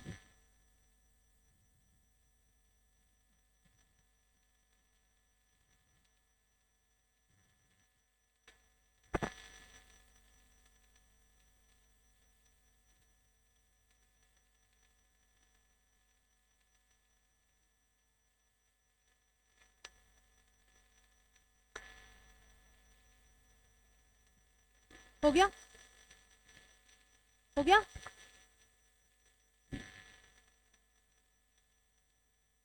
देखो मेरे पास है ना कॉपर ऑक्साइड अपन निर्माण कर रहे हैं, इसका किससे कर रहे हैं? कॉपर की रिएक्शन किससे करवा के? ऑक्सीजन से, ठीक है। तो बेटा हमारे पास ना दो विधि है, कॉपर की रिएक्शन आप ऑक्सीजन से करवा के क्या बना रहे हो? Copper oxide. रिएक्शन को बैलेंस करना जरूरी है हमेशा, ठीक है। एक कॉपर है, इधर मैं आधा ऑक्सीजन लिख दूं तो ऑक्सीजन बैलेंस हो गया, ठीक है। तो मेरे पास ये सेम ही रिएक्शन जो है दो विधियों से तैयार हो रही है। जब अपन ने ना अलग अलग कॉपर का यूज किया, अलग अलग मात्रा में कॉपर का यूज किया, और आपको बताना है कि क्या हमारे पास ये निश्चित अनुपात के नियम की पालना कर रहा है कि नहीं कर रहा, ठीक है।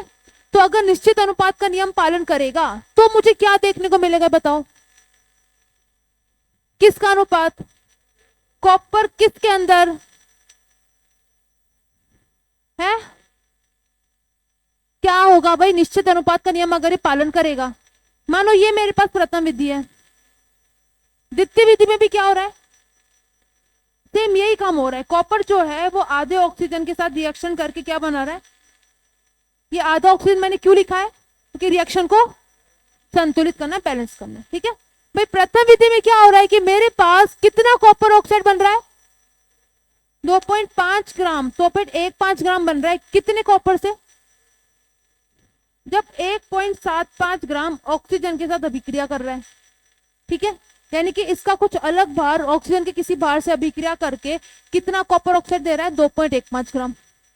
दूसरी विधि में क्या हो रहा है कि भाई मेरे पास कितना कॉपर ऑक्साइड बन रहा है? 1.4 ग्राम। जब कितना कॉपर अभिक्रिया में भाग ले रहा है? 1.14 ग्राम भाग ले रहा है ना। और मुझे बताना क्या है, देखो बेटा ये चीज कंफर्म है क्या कि आपके पास सेम तरह का ही उत्पाद बन रहा है, कॉपर ऑक्साइड ही बन रहा है, लेकिन तो अलग अलग विधियों से बन रहा है। तो अगर ये हमारे पास निश्चित अनुपात के नियम की पालना करता है तो मुझे क्या देखने को मिलेगा?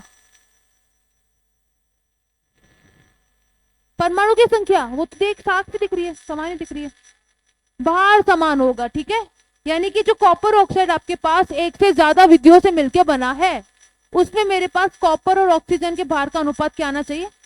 समान आना चाहिए। तो निकाल ले अपन, एक बार निकाल ले। अब ध्यान दो, स्टार्टिंग में मेरे पास कॉपर है 1.75 ग्राम। भाई कितना कॉपर ऑक्साइड बन रहा है? तो ऑक्सीजन कितना यूज में आएगा ये बता सकते हो? 0.40। कैसे करा भाई? द्रव्यमान संरक्षण के नियम से टोटल अभिकारक टोटल उत्पाद के बराबर होगा भार में, है ना। तो अगर इसका भार 2.15 है तो मेरे पास ऑक्सीजन का कितना आ जाएगा? 2.15 माइनस 1.75, तो कितना आ जाएगा? 0. उधर कितना आ जाएगा? हाँ 40, सारे की बात है। उधर कितना आ जाएगा? 0. पक्की बात है क्या? पक्की बात है ना, मैं नहीं कर रही क्योंकि इसको कैलकुलेट, ठीक है। था अभी मुझे क्या बताना है कि भाई कॉपर ऑक्साइड में मेरे पास कॉपर और ऑक्सीजन के भार का अनुपात क्या है। अगर भार का अनुपात समान आ रहा है दैट मीन्स कि सरल अनुपात के नियम को पालन कर रहा है या फिर निश्चित अनुपात के नियम की पालना कर रहा है, ठीक है।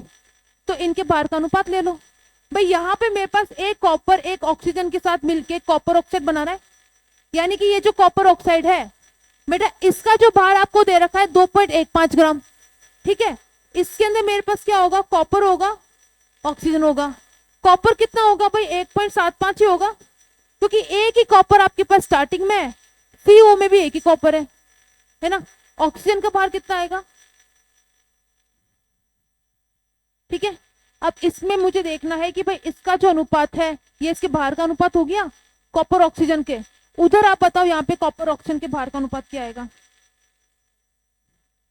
1.14। और इधर अब मुझे देखना है कि ये हमारे पास जो अनुपात है इसके भार का अनुपात दो अलग अलग कॉपर ऑक्साइड के अंदर, अगर ये भार का अनुपात सेम आ रहा है तो क्या होगा हमारे पास? निश्चित अनुपात के नियम की पालना करेगा, है ना। अब भाई निकालो इसके भार का अनुपात सेम है क्या? ऐसे देखने से पता चल रहा है तेरे को? हाँ बोल रहा है। सरल अनुपात ले लो, सिंपल सी चीज है ना। आपको अगर अनुपात देखना है तो सरल अनुपात ले लो। फिर क्या करूं? 0.4 का भाग लगा दे, तो ऑक्सीजन तो कितना हो गया? 1 हो गया। अब इसके एवज में आपके पास कॉपर कितना हो गया? कर लो भाई इसको, 4 चौक 16, ठीक है। 4 तिये 12 और 4 8 32, ठीक है। सही है ना इतना? अब एक बार उधर आओ, इधर मुझे सरल अनुपात निकालना है तो क्या करूं? इसके भार है ना, भार का सरल अनुपात निकाल लो तो पता चल जाएगा। 0.26 का भाग दे दो, इधर भी 0. तो ये तो 1 हो गया ऑक्सीजन का भार। इसके रेस्पेक्ट में कॉपर का भार कितना हो गया? भाग दो, अरे दे भाग, बता।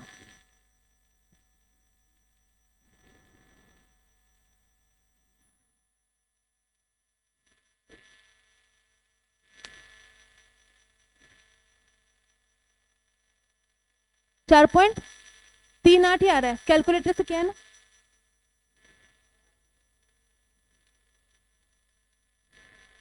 बेटा यूज मत करना कैलकुलेटर, तुम्हें बहुत गंदी आदत लग जाएगी और तुम उससे निकल नहीं पाओगे और एग्जाम में फिर पछताओगे। तो कॉपर ऑक्साइड आपके पास दो विधियों से तैयार हुआ है, लेकिन इसके अंदर कॉपर और ऑक्सीजन के बाहर का अनुपात दोनों में क्या आ रहा है, सेम आ रहा है। ठीक है, तो मेरे पास भाई ये जो नियम है, ये जो आपके पास बेसिकली दोनों विधियां है, ये निश्चित अनुपात के नियम की पालना कर रही है। ठीक है, लिख लो इसको।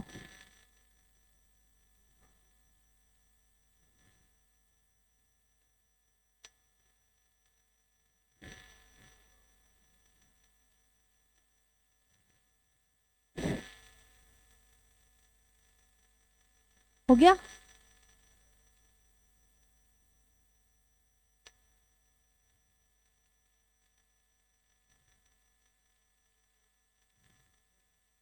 कुछ नहीं कर रहा, वो क्या उदम कर रहा है?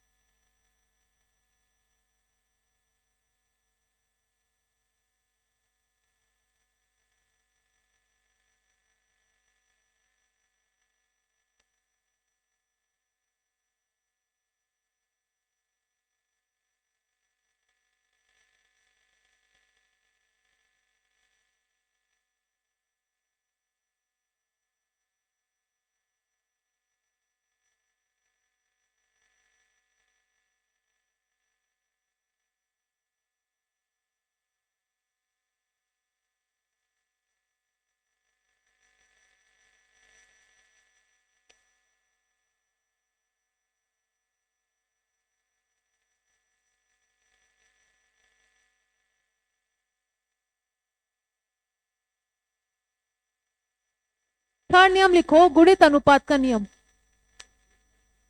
हाँ जी,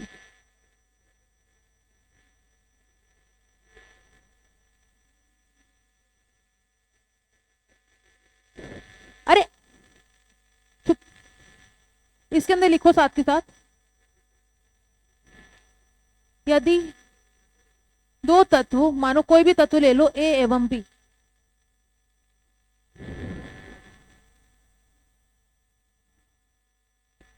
मिलकर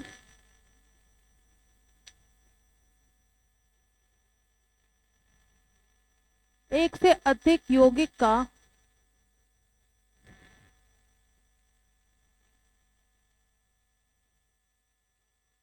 निर्माण करते हैं,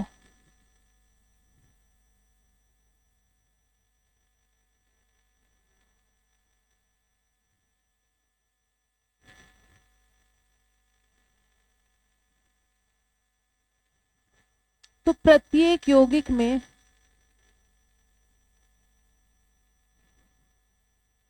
ए के निश्चित द्रव्यमान के लिए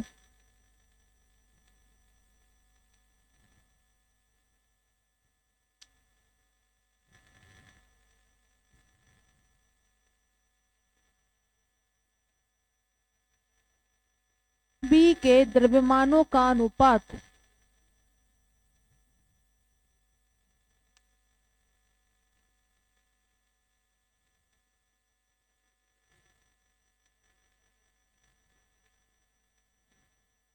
एक सरल अनुपात में प्राप्त होता है।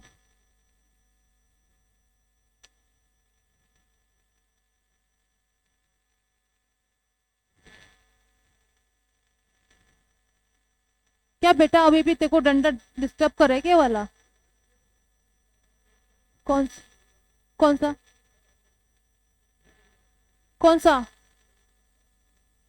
यदि दो तत्व ए एवं बी मिलकर एक से अधिक यौगिक का निर्माण कर रहे हैं, ठीक है, तो भाई उन सारे यौगिक में ए के निश्चित द्रव्यमान के लिए बी के द्रव्यमान का जो अनुपात मिलेगा वो निश्चित अनुपात में मिलेगा। अभी ऐसे समझ नहीं आएगा, एग्जाम्पल से समझ आएगा, वही बात है। ठीक है, देखो ध्यान से देखना, बातें मत करो, ध्यान से सुनो बस। मैं मेरे पास बेटा दो तरह के तत्व है, कार्बन है और ऑक्सीजन है। ठीक है, या तो ये मिलके क्या बना सकते, कार्बन मोनोऑक्साइड CO, या फिर दूसरा क्या बना सकते हैं, कार्बन डाइऑक्साइड। यानी कि बेसिकली अगर मुझे गुणोत्तर अनुपात के नियम की पालना करानी है तो पहली बात, सिर्फ दो ही अलग अलग तरह के तत्व मिलके यौगिक का निर्माण करेंगे। अब वो जो दो तत्व है वो अलग अलग तरह के यौगिक का निर्माण कर सकते हैं, है ना। जैसे कि हाइड्रोजन है, ऑक्सीजन है, क्या दो अलग तरह के तत्व हैं। अब इनसे बनने वाले यौगिक बताओ कौन कौन से हो सकते हैं। हाँ बहुत बढ़िया, और H2O2 हो सकता है ना। और कोई देखा है क्या, तुमने ध्यान में आ रहा है, पक्की बात है, ठीक है। H3O नहीं होता बेटा, वो आयन होता है, फिर H3O प्लस होता है, वो आयन होता है, ठीक है बेटा। OH भी माइनस एक आयन होता है, हाइड्रोक्साइड आयन होता है। अपन यौगिक की बात कर रहे हैं, और यौगिक क्या होता है आपके पास, उदासीन होता है, ठीक है, गॉट इट। अब बात सुनो, आपके पास ना ये नियम क्या बोल रहा है, इस चीज को समझो। अगर मेरे पास दो तत्व मिलके एक से अधिक यौगिक बना रहे हैं, तो इसमें किसी एक परमाणु के द्रव्यमान को अगर मैं फिक्स करके चलूं तो दूसरे परमाणु का जो द्रव्यमान आएगा वो सरल अनुपात में आएगा, ठीक है। कैसे भाई, अगर मेरे पास यहाँ पे क्या है, CO है और CO2 है। अगर इन दोनों के अंदर मैंने चेक करा है भाई कार्बन का भार और ऑक्सीजन का भार। कार्बन का भार बताओ, चलो जल्दी बोलो। इधर ऑक्सीजन, इधर कार्बन, 12 ही है। ऑक्सीजन, ठीक है। तो एक बार है ना, तुम ध्यान से देखना, क्या दोनों यौगिक जो कि कार्बन ऑक्सीजन से मिलके बने हैं, उसमें कार्बन आपके पास एक एटम का भार एक निश्चित भार है, मतलब कि मेरे पास एक का निश्चित द्रव्यमान है। यानी कि एक के द्रव्यमान को आपको फिक्स करना पड़ेगा। कार्बन का द्रव्यमान आपने फिक्स कर दिया, दोनों में 12-12 है। तो बेटा इसके रेस्पेक्ट में ऑक्सीजन के द्रव्यमान का अनुपात क्या सरल अनुपात में मिल रहा है, क्या क्या मिल रहा है, 1:, ठीक है। तो अगर कोई यौगिक ये वाला लॉ फॉलो करते, ये रूल फॉलो करते हैं, दैट मीन्स वो गुणित अनुपात के नियम की पालना कर रहे हैं। ऐसे एक बार इधर आ जाओ, H और O मिलके क्या क्या बना रहे हैं, एक तो बना रहा है H2O, दूसरा इसमें मुझे ना हाइड्रोजन और ऑक्सीजन देखना है कि इनका भार कितना है। बताओ हाइड्रोजन का भार कितना है, ऑक्सीजन कितना है, इधर कितना है, ऑक्सीजन कितना है, ठीक है। अब ध्यान दो भाई, मेरे पास क्या दो तत्व है, A और B। दो तत्व कौन से हो गए, हाइड्रोजन ऑक्सीजन, ठीक है। ये मिलके क्या एक से अधिक यौगिक बना रहे हैं, सिर्फ दो ही तत्व मिलके क्या क्या बना रहे हैं, एक तो H2O, दूसरा H2O2। तो यहाँ पे मेरे पास किसी पहले तत्व या फिर दूसरा तत्व ही ले लो, अगर उसका निश्चित द्रव्यमान होगा, जैसे कि यहाँ पे किसका द्रव्यमान आपने फिक्स करके चल रहे हो, हाइड्रोजन का, तो उसके रेस्पेक्ट में जो B है आपके पास, यानी कि दूसरा तत्व, उसके द्रव्यमान का जो अनुपात आएगा ना बेटा, वो कैसा अनुपात मिलेगा, सरल अनुपात मिलेगा। आई बात समझ में, पक्की बात है। देख रहे हो यहाँ पे, अगर आपने हाइड्रोजन के द्रव्यमान को फिक्स करा है, 2-2 है दोनों के अंदर, तो इसके रेस्पेक्ट में ऑक्सीजन का द्रव्यमान किस में मिल रहा है अनुपात में, 1:2 में मिल रहा है, ठीक है। और देख लो चाहो तुम, भाई मेरे पास है ना दो तत्व, तुम ले लो क्लोरीन और ऑक्सीजन ले लो। तो इसको दूसरे कलर से लिखूं मैं, हाइड्रोजन ऑक्सीजन तो हो गया ना, ये तो हो गया ना, है ना। अब बेटा इनसे ना मेरे पास अलग अलग तरह के ऑक्साइड बन सकते हैं। कौन कौन से बन सकते हैं, पहला हो गया Cl2O, दूसरा हो गया Cl2O3, तीसरा हो गया Cl2O5। अब मुझे यहाँ पे देखना है कि भाई दो तरह के तत्व मिलके एक से ज्यादा यौगिक बना रहे, बन रहे ना, 3 तरह के यौगिक बन रहे, लेकिन इन तीनों यौगिक में तत्व कितने टोटल, सिर्फ 2 तरह के है ना, ठीक है। अब मुझे चेक करना है कि ये गुणित अनुपात के नियम की पालना कर रहा है कि नहीं। तो इसमें ना क्लोरीन का भार देख लो, ऑक्सीजन का देख लो। भाई इसके अंदर क्लोरीन कितना है, 71, ऑक्सीजन कितना है, इधर क्लोरीन कितना है, ऑक्सीजन कितना है, 48, इधर इधर 16×5 = 80। तो जब दो तत्व मिलकर एक से ज्यादा यौगिक बना रहे हैं, तो किसी एक तत्व के निश्चित द्रव्यमान के लिए जो B तत्व आपके पास संयोजित होगा उस यौगिक के अंदर, उसके द्रव्यमान का अनुपात कैसा मिलेगा, मुझे सरल अनुपात मिलेगा। तो यानी कि अगर मैंने क्लोरीन के द्रव्यमान को फिक्स करा है तो इन यौगिक में ऑक्सीजन के द्रव्यमान का अनुपात बेटा सरल अनुपात में मिल रहा है क्या? क्या है अभी अनुपात? 1:3:5, यानी कि पॉइंट्स में नहीं आना चाहिए। सरल अनुपात अपने पास बेसिकली ये चीज है ना, पॉइंट्स में नहीं आना चाहिए। लिखो एक बार, इसको लिखो।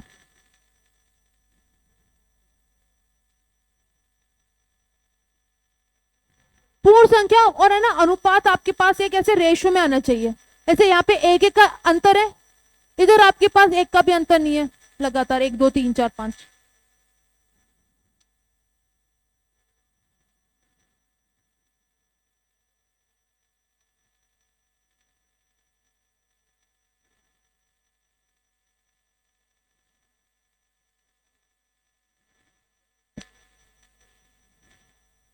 अरे मुंह से लिख रही हो क्या? तू लिख लिया, लिखा।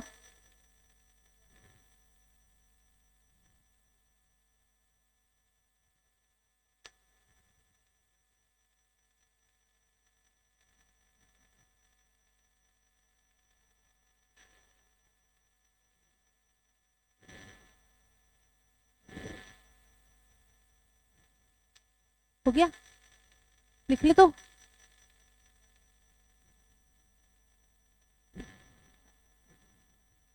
क्या बोल रहे, क्या लिखे इसमें? बेटा क्वेश्चन बहुत अच्छा बनता है यहां से।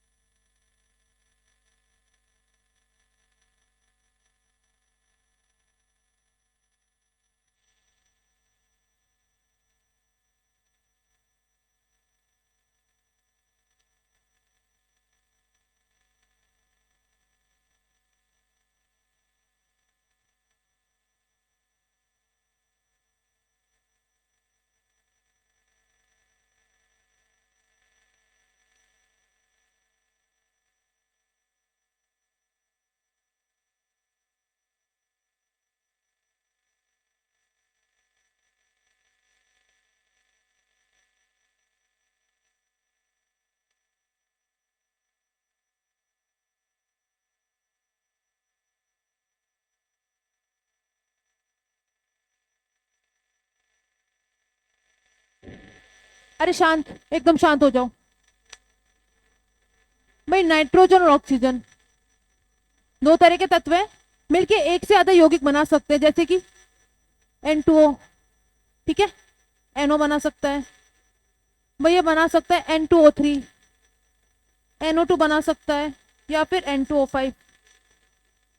अब है ना मुझे यहाँ पे बेटा चेक करना है कि भाई ये जो दो तत्व मिलके एक से ज्यादा यौगिक बना रहे हैं, क्या ये सारे के सारे यौगिक गुणित अनुपात के नियम की पालना करते हैं कि नहीं? ठीक है, तो क्या चेक करो भाई यहाँ पे, क्योंकि मैंने लिखा है तो करते हैं।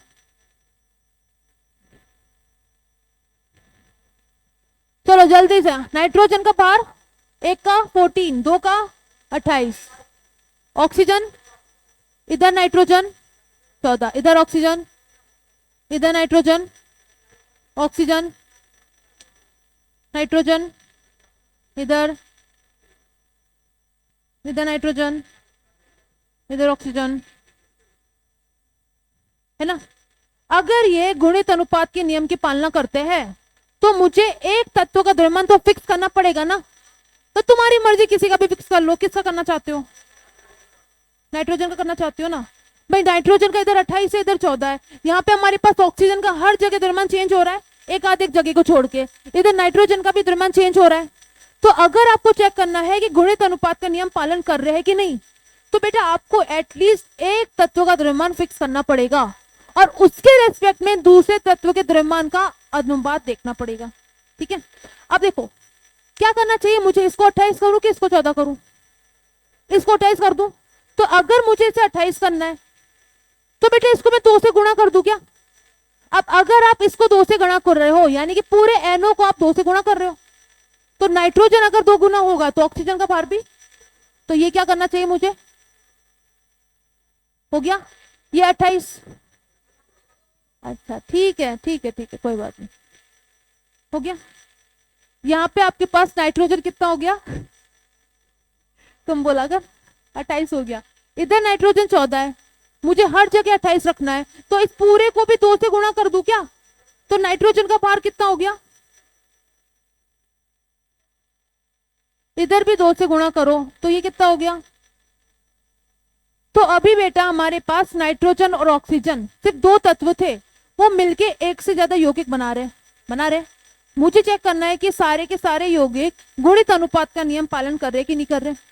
तो एक तत्व का अनुपात करो, एक तत्व का द्रव्यमान करो फिक्स, इसके रेस्पेक्ट में दूसरे तत्व का जो हमारे पास द्रव्यमान का अनुपात आएगा वो सरल अनुपात आना चाहिए। भाई सरल अनुपात है क्या? इधर 1:2,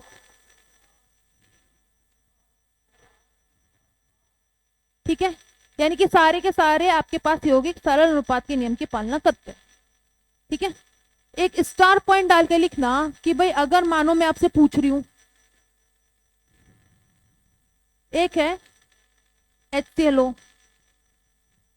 HClO2, HClO3, HClO4,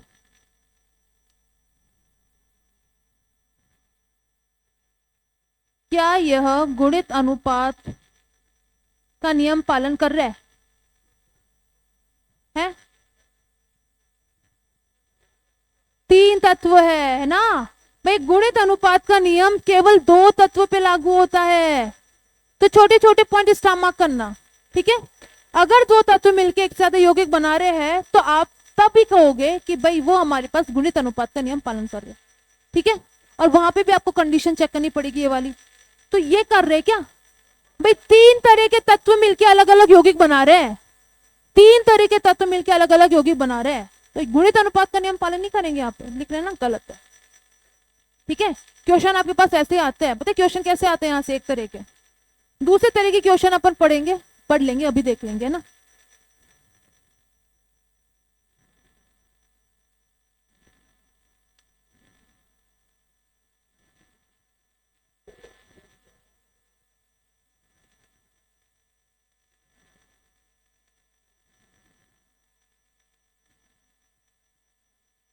बेटा बात नहीं,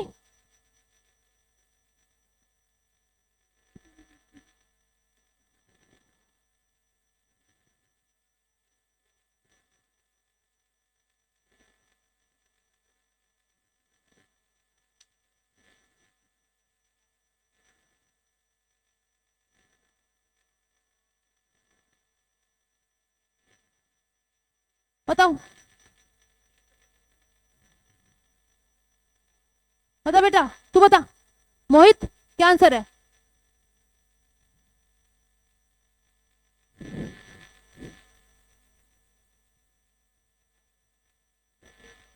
दूसरा कैसे? ठीक है ना, बस इसमें ना छोटी सी चीज आपको चेक करनी होगी, हमारे पास 2 तत्व, 2 तरह के तत्व मिलके एक से ज्यादा यौगिक बनाएंगे, ठीक है। अब बेटा यहाँ पे 3 तरह के तत्व हाइड्रोजन, फास्फोरस, ऑक्सीजन मिलके एक से ज्यादा यौगिक बना रहे हैं, तो इस पे तो पहली बात लागू ही नहीं होगा भाई। मिनिमम क्राइटेरिया हमारे पास कितना है? 2 तत्वों को लेके बनाने अलग अलग यौगिक। देखो इधर देखो, यहाँ पे हमारे पास 2 तरह के तत्व मिलके अलग अलग यौगिक नहीं बना रहे भाई। यहाँ पे नाइट्रोजन ऑक्सीजन है, यहाँ पे कार्बन ऑक्सीजन है, तो क्या हमारे पास फॉर्म हो रहा है? तत्व अलग हो गए, तत्व 2 से ज्यादा हो गए, तो ये भी फॉलो नहीं कर रहा। अब इधर क्या है, सल्फर और ऑक्सीजन मिलके एक बार तो SO2 बना रहा है, एक बार SO3 बना रहा है, तो ये पालन करेगा, ठीक है। लिख लो इस क्वेश्चन को।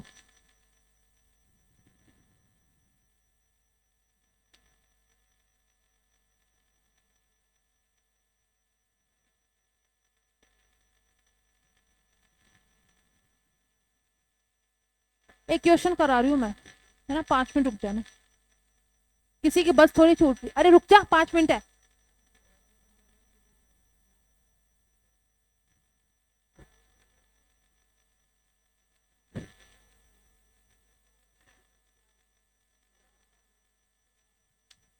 कहाँ रहता है?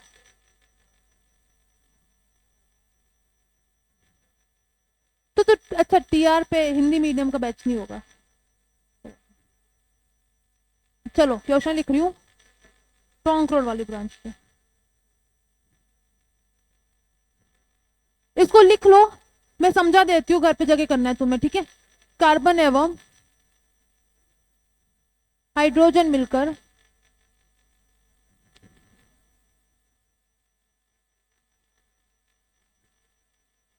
अरे क्या हो गया, अरे ये तो इंग्लिश में इतना तो लिख सकते हो ना यार, हद मत मचाओ यार।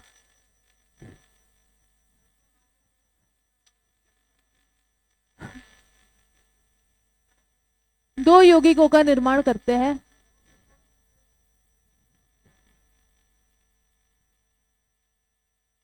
लिख क्वेश्चन, लिख इसको, हाथ के हाथ लिख।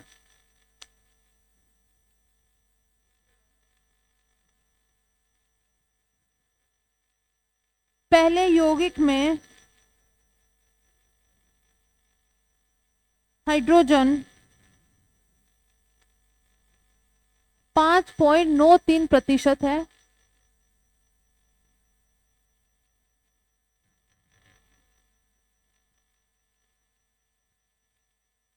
तथा दूसरे यौगिक में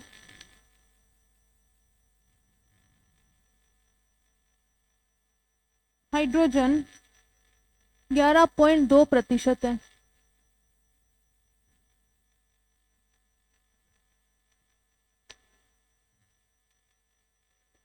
ज्ञात करें कि यह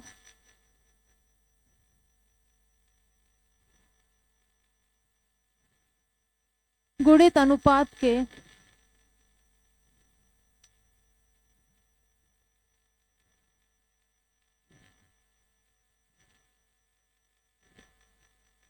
नियम की पालना करते हैं या नहीं। भाई सबसे पहली बात, अगर गुणित अनुपात का नियम जैसे तुम्हारे सामने क्लिक कर रहा है, दैट मीन्स दो तरह के तत्वों, दो अलग अलग तरह के तत्व हमारे पास मिलके एक से ज्यादा यौगिक बना रहे होंगे, है ना। अब बेटा यहाँ पे देख लो हमारे पास कौन कौन मिलके क्या क्या बना रहा है, कार्बन और हाइड्रोजन मिलके दो तरह के यौगिक बना रहे हैं। तो ये पहला यौगिक हो गया, ये दूसरा यौगिक। पहले यौगिक में कार्बन हाइड्रोजन कितना प्रतिशत है, 5.93% मेरे पास क्या है, हाइड्रोजन है। तो कार्बन कितना होगा,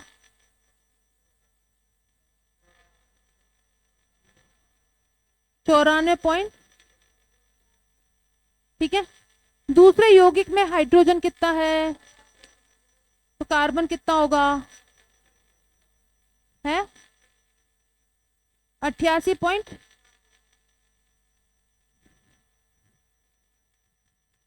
है ना, ठीक है। अब अगर हमारे पास बेटा ये गुणित अनुपात के नियम की पालना करेंगे, तो हम यहाँ पे क्या चेक करेंगे, किसी एक तत्व का यहाँ पर द्रव्यमान फिक्स कर लो, तुम्हारी मर्जी है, चाहे कार्बन का कर लो चाहे हाइड्रोजन का कर लो, ठीक है। तो हमारे पास दूसरे तत्व का अनुपात जो है, भार का अनुपात, वो सरल अनुपात में आना चाहिए। अब एक तत्व के अनुपात को कैसे फिक्स करोगे, पहले तो ये समझाओ, कैसे गुणा करूं, किससे गुणा करूं, किसका किसका, वापस बोल बेटा, सही बोल रहा है, बोल। कार्बन में और हाइड्रोजन दोनों में दे दो भाग, है ना। भाई चेंज आप बराबर करोगे ना, आपने इसमें भाग दे दिया किसका, 5.93 का, यहाँ पे भाग दे दिया किसका, तो इस कार्बन का कुछ भाग आ गया, कुछ बाहर आ गया, हाइड्रोजन का भार कितना हो गया, 1। अब उधर भी अगर मैं हाइड्रोजन का भार 1 कर दूं, तो एटलीस्ट मैंने दो यौगिक में किसी एक तत्व के भार को फिक्स कर दिया है। अब आपको क्या चेक करना रहेगा, अगर कार्बन का मेरे पास भार का अनुपात एक सरल अनुपात में आ रहा है, यानी कि 1:2, 1:3 ऐसे में आ रहा है, दैट मीन्स गुणित अनुपात के नियम की पालना करेंगे। तो हाइड्रोजन का भार 1 कैसे करूं, ऐसे करूं, 11.2 का यहाँ पे दोनों तरफ क्या कर दूं, तो ये कितना आ जाएगा 1, यहाँ पे तुम भार निकालना, और दोनों में कार्बन के भार का अनुपात देखना। अगर अनुपात सरल अनुपात में आ रहा है, दैट मीन्स हमारे पास नियम की पालना करेगा, नहीं आ रहा मतलब नहीं करेगा, ठीक है।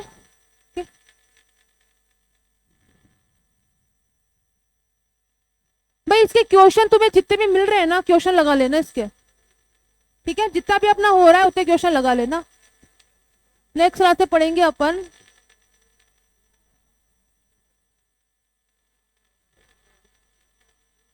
अभी करना।